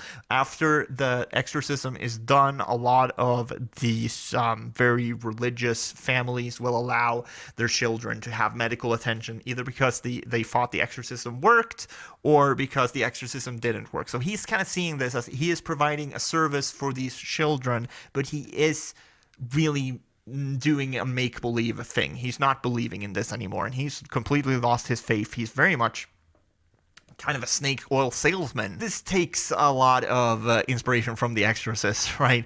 In that way of like this preacher who's lost his faith, or this priest who's lost his faith rather, and now he has to sort of gain his faith. But also the most interesting thing about this movie, I think, is the sort of dynamic that he has with the father of the daughter that is allegedly possessed, because he has to regain his faith to help this little girl, and the father has to sort of regain his faith in like traditional medicine.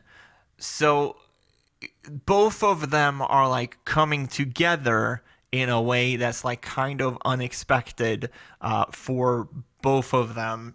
Again, trying to be a little vague here because I really do like this movie. But then it all gets kind of thrown out the window, and then at the end they tack on. It really does feel tacked on. There is another ending where like they go back to the family and shit's fucking crazy, and it ends in a way that is like, I don't know, it's so bonkers, it's so weird, that I really like it, but I could totally understand someone watching the rest of this movie and being like, well, that ending doesn't fit with this at all. I think for me, that's kind of the beauty of this movie, of like, you get to the ending, you have done all this work, and at the end of it, all of it kind of gets thrown out the window. Fuck everything else you've seen up until this point. This is actually what's going on, and this shit is crazy. You need to get the fuck out. I think that's actually a really cool way to end your movie. I also totally understand that that is not necessarily the most satisfying way to end your story. But I really enjoy The Last Exorcism. They did a sequel, which was absolute garbage and not found footage, so don't watch that one. But the first Last Exorcism I really like. Now, at spot 6, we have Grave Encounters, which, man, I have such a fondness for this movie. I've seen this movie a bunch of times. I've talked about this movie in film class. I had a whole presentation about found footage and the way it all kind of ties back to the Blair Witch Project. So I obviously talked a lot about the Blair Witch Project, but then I talked about this one being like a really good companion piece to the Blair Witch Project, because it takes a lot of the ideas from that movie, kind of throws out the whole idea of like, all right, audiences clearly don't think this is fucking real anymore. So they just, amp everything up to 11 and turn it into a really fun popcorn flick. And there's a lot of jump scares and a lot of crazy shit that happens in this movie. A lot of things jump out at you. It's very much a funhouse style of horror movie. But I think for me, what really works about it is the fact that it also has some of that psychological edge that Blair Witch Project had, of these ghost hunters going into this haunted asylum, and then they are unable to get out. Like, straight up, the fucking doors and windows go missing, and they lose days, hours, weeks in there. They are quite unsure of like how much time has actually passed. They start losing their minds, and that's like the main appeal of this movie. And then when you have that, but also, these really crazy jump scares and these fun characters, I just think this is such a very lovable movie to me. It's my comfort, happy place. Might be a weird happy place to be in. I love the way this movie combines that fun house type of horror with the psychological stuff. I think that's very, very endearing. There is also something to be said for the aesthetic of this movie kind of being that, mid-2000s type of ghost hunter show that were everywhere because they were so cheap to produce and a lot of people watched them. And I never watched these shows, but I still have nostalgia for them because they were they were everywhere, right? And the aesthetic of them, the editing of them, the like edgy hosts, I think this is so much fun. At spot 5, we have The Sacrament. What an absolute banger from Ty West, one of the best horror directors working today. And I remember seeing that, Ty West was directing and Eli Roth was producing, and that seemed like such a match made in heaven because Ty West makes these really good slow burn horror movies, and Eli Roth is really good at making, really gross out like popcorn horror movies. So seeing what they would do together was really interesting. And that's kind of how this movie plays out, honestly. The first 45 is like a Ty West movie, and then the last of it is like an Eli Roth movie. It's obviously all done by Ty West, the directing, but that's kind of how it feels. The elephant in the room is how clearly inspired by the Jonestown Massacre this thing is, and you could make a good argument that this thing is very, very tasteless, and I would probably agree with you. I do, however, still think it's a very entertaining and disturbing movie, and I like a lot of where this movie goes. The fact that it is such a slow burn setup, and then once the powder keg explodes, it really explodes. But I guess kind of a cautionary thing here of like, if you go into this and you're unaware of the Jonestown Massacre, or if you think a movie shouldn't really take inspiration from real world events like this, I don't know, maybe read up on it a little bit first and then sort of make up your own mind about it, whether you should see it or not. I really like the film, but as I said, totally understand if you come out of this thinking like, well, that was kind of disrespectful, because in some ways I do think I side with those arguments, but I still really like the film, and I think it's filled with great tension and great performances. One of the few found footage movies where I legitimately think like everyone here did a great job, acting wise, I should say. At spot 4, we have Paranormal Activity. I don't really know what else I should say about Paranormal Activity, what else I can say about Paranormal Activity. Nowadays, I feel like people kind of discredit this as being a Blair Witch ripoff. And yes, it started this other craze of found footage movies, but people don't really hold this in a very high regard anymore. And I understand why, because this is not a type of horror that works for everyone. But it's very important to remember that Paranormal Activity was massive. It was a massive success, and it, of course, brought back found footage in a big way, but it also brought back the haunted house movies, the supernatural movies. Up until this point, like torture heavy and really violent, nasty films were the thing that most studios were putting out. And here was a really small haunted house, or not haunted house, but like demonic possession, ghost story, essentially. It is a demon in the movie, but it's portrayed very much like a ghost story, right? And it made so much money, and it really shifted the horror landscape. Like, I really think here is the start of like where this is the mark for when, Insidious, The Conjuring, all that shit started with Paranormal Activity.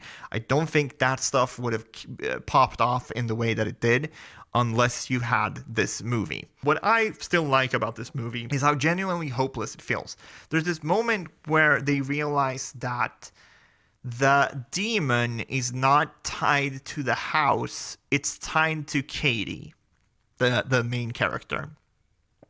And at that point, the characters just kind of give up. They just kind of go to bed. They leave the camera rolling, they go to bed.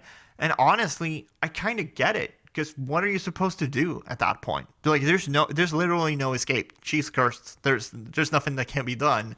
And I watched this again for the first time in a good long while, like 2 or 3 years ago. And I remember being struck by that, like, oh, this is kind of demented and very sad. And I don't know, it's something about the vibe of this first film that I really fuck with. I think there's a lot of really smart scares here also about, putting the flour down on the floor, and then they wake up the next morning and there's footsteps in the flour. It's very creepy. All stuff done very, very cheaply.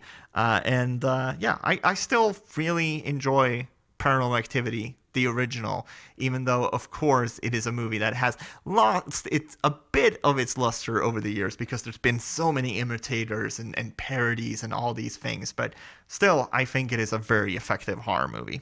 All right, at number 3, we have Ghostwatch, which aired on the BBC with a little disclaimer in front of it saying, hey, the thing that you're about to see, this is not real. It's presented like a live broadcast. It's not live. You're not, like, don't worry, this isn't real. But of course, it premiered on TV. People tuned in after, the disclaimer was shown. And so people tuned in and thought the thing was real. It caused a bit of a hubbub. Some children watched this and thought it was real. And look, I understand why they never did this again. I also think it's fucking rad that they did it once. And man, it is so campy, so cheesy, but also the scare sequences, like when there's actually ghostly activity, is believable. So I understand, or like believable, like, I mean, you get, it's scary, what I'm trying to say. And so you get the fact that, like, maybe kids watched this thing and thought it was real and were scared out of their fucking minds. There are all these presenters on the show that were actually presenters for the BBC. It all just feels like an elaborate hoax, right? I love the fact that they go to this house where there's supposedly a haunting, and they interview the kids, and they're like, yeah, we call the ghost Pipes because he bangs the pipes a lot. Like, I love that. And they're calling out to, like, pipes, come on, bang the pipes. And you have people, like, out on the street, being really stoked to see some fucking ghost activities. It's so cheesy. At the end, they start, like, possessing the studio. I mean, it's all ridiculous, but this is a type of, like, Halloween fun that I think is really important. We need more movies like this that aren't, I love disturbing cinema. I love really gory movies. I love gritty movies. But every once in a while, you need a movie like this that really lifts your spirit. It's just a bunch of fun, spooky shit happening.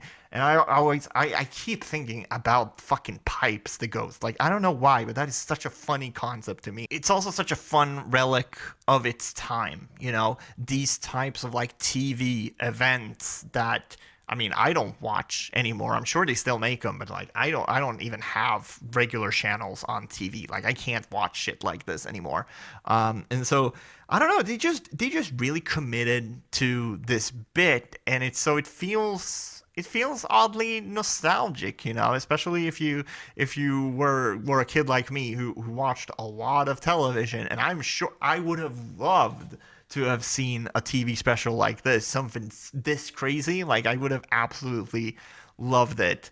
I think it's a perfect thing to watch for Halloween or spooky season or whatever. Ghostwatch is so much fun. This is more well known now, but I still think not enough people have seen it. Absolutely think this is a complete blast.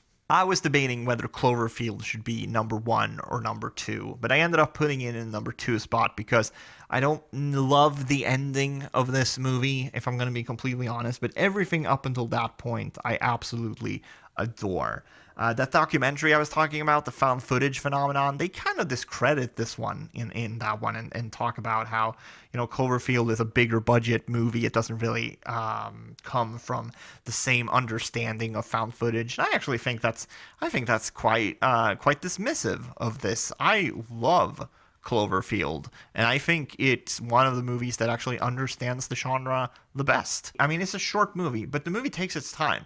You get to know these characters. Hud, the cameraman, is actually quite likable, even though he's played by T.J. Miller, who's not a good person, but he's quite likable in this movie. All of them are actually quite likable. And then when you get to, the monster coming to New York, attacking the city, it's so reminiscent of the horrible footage that came out of 9/11. There's so much stuff you can just find online of, like, people filming, running away from smoke, and all of that stuff looks exactly like it looks in Cloverfield. It is a movie that completely understands what made that type of footage so enthralling to watch, and then makes it into a popcorn film that is actually also quite scary. That uses found footage so well, putting us on the ground of, like, a kaiju monster attack. It is such a good idea because it really shows the scale of this monster. I mean, I love the shot of, like, the tentacle coming up and destroying the bridge.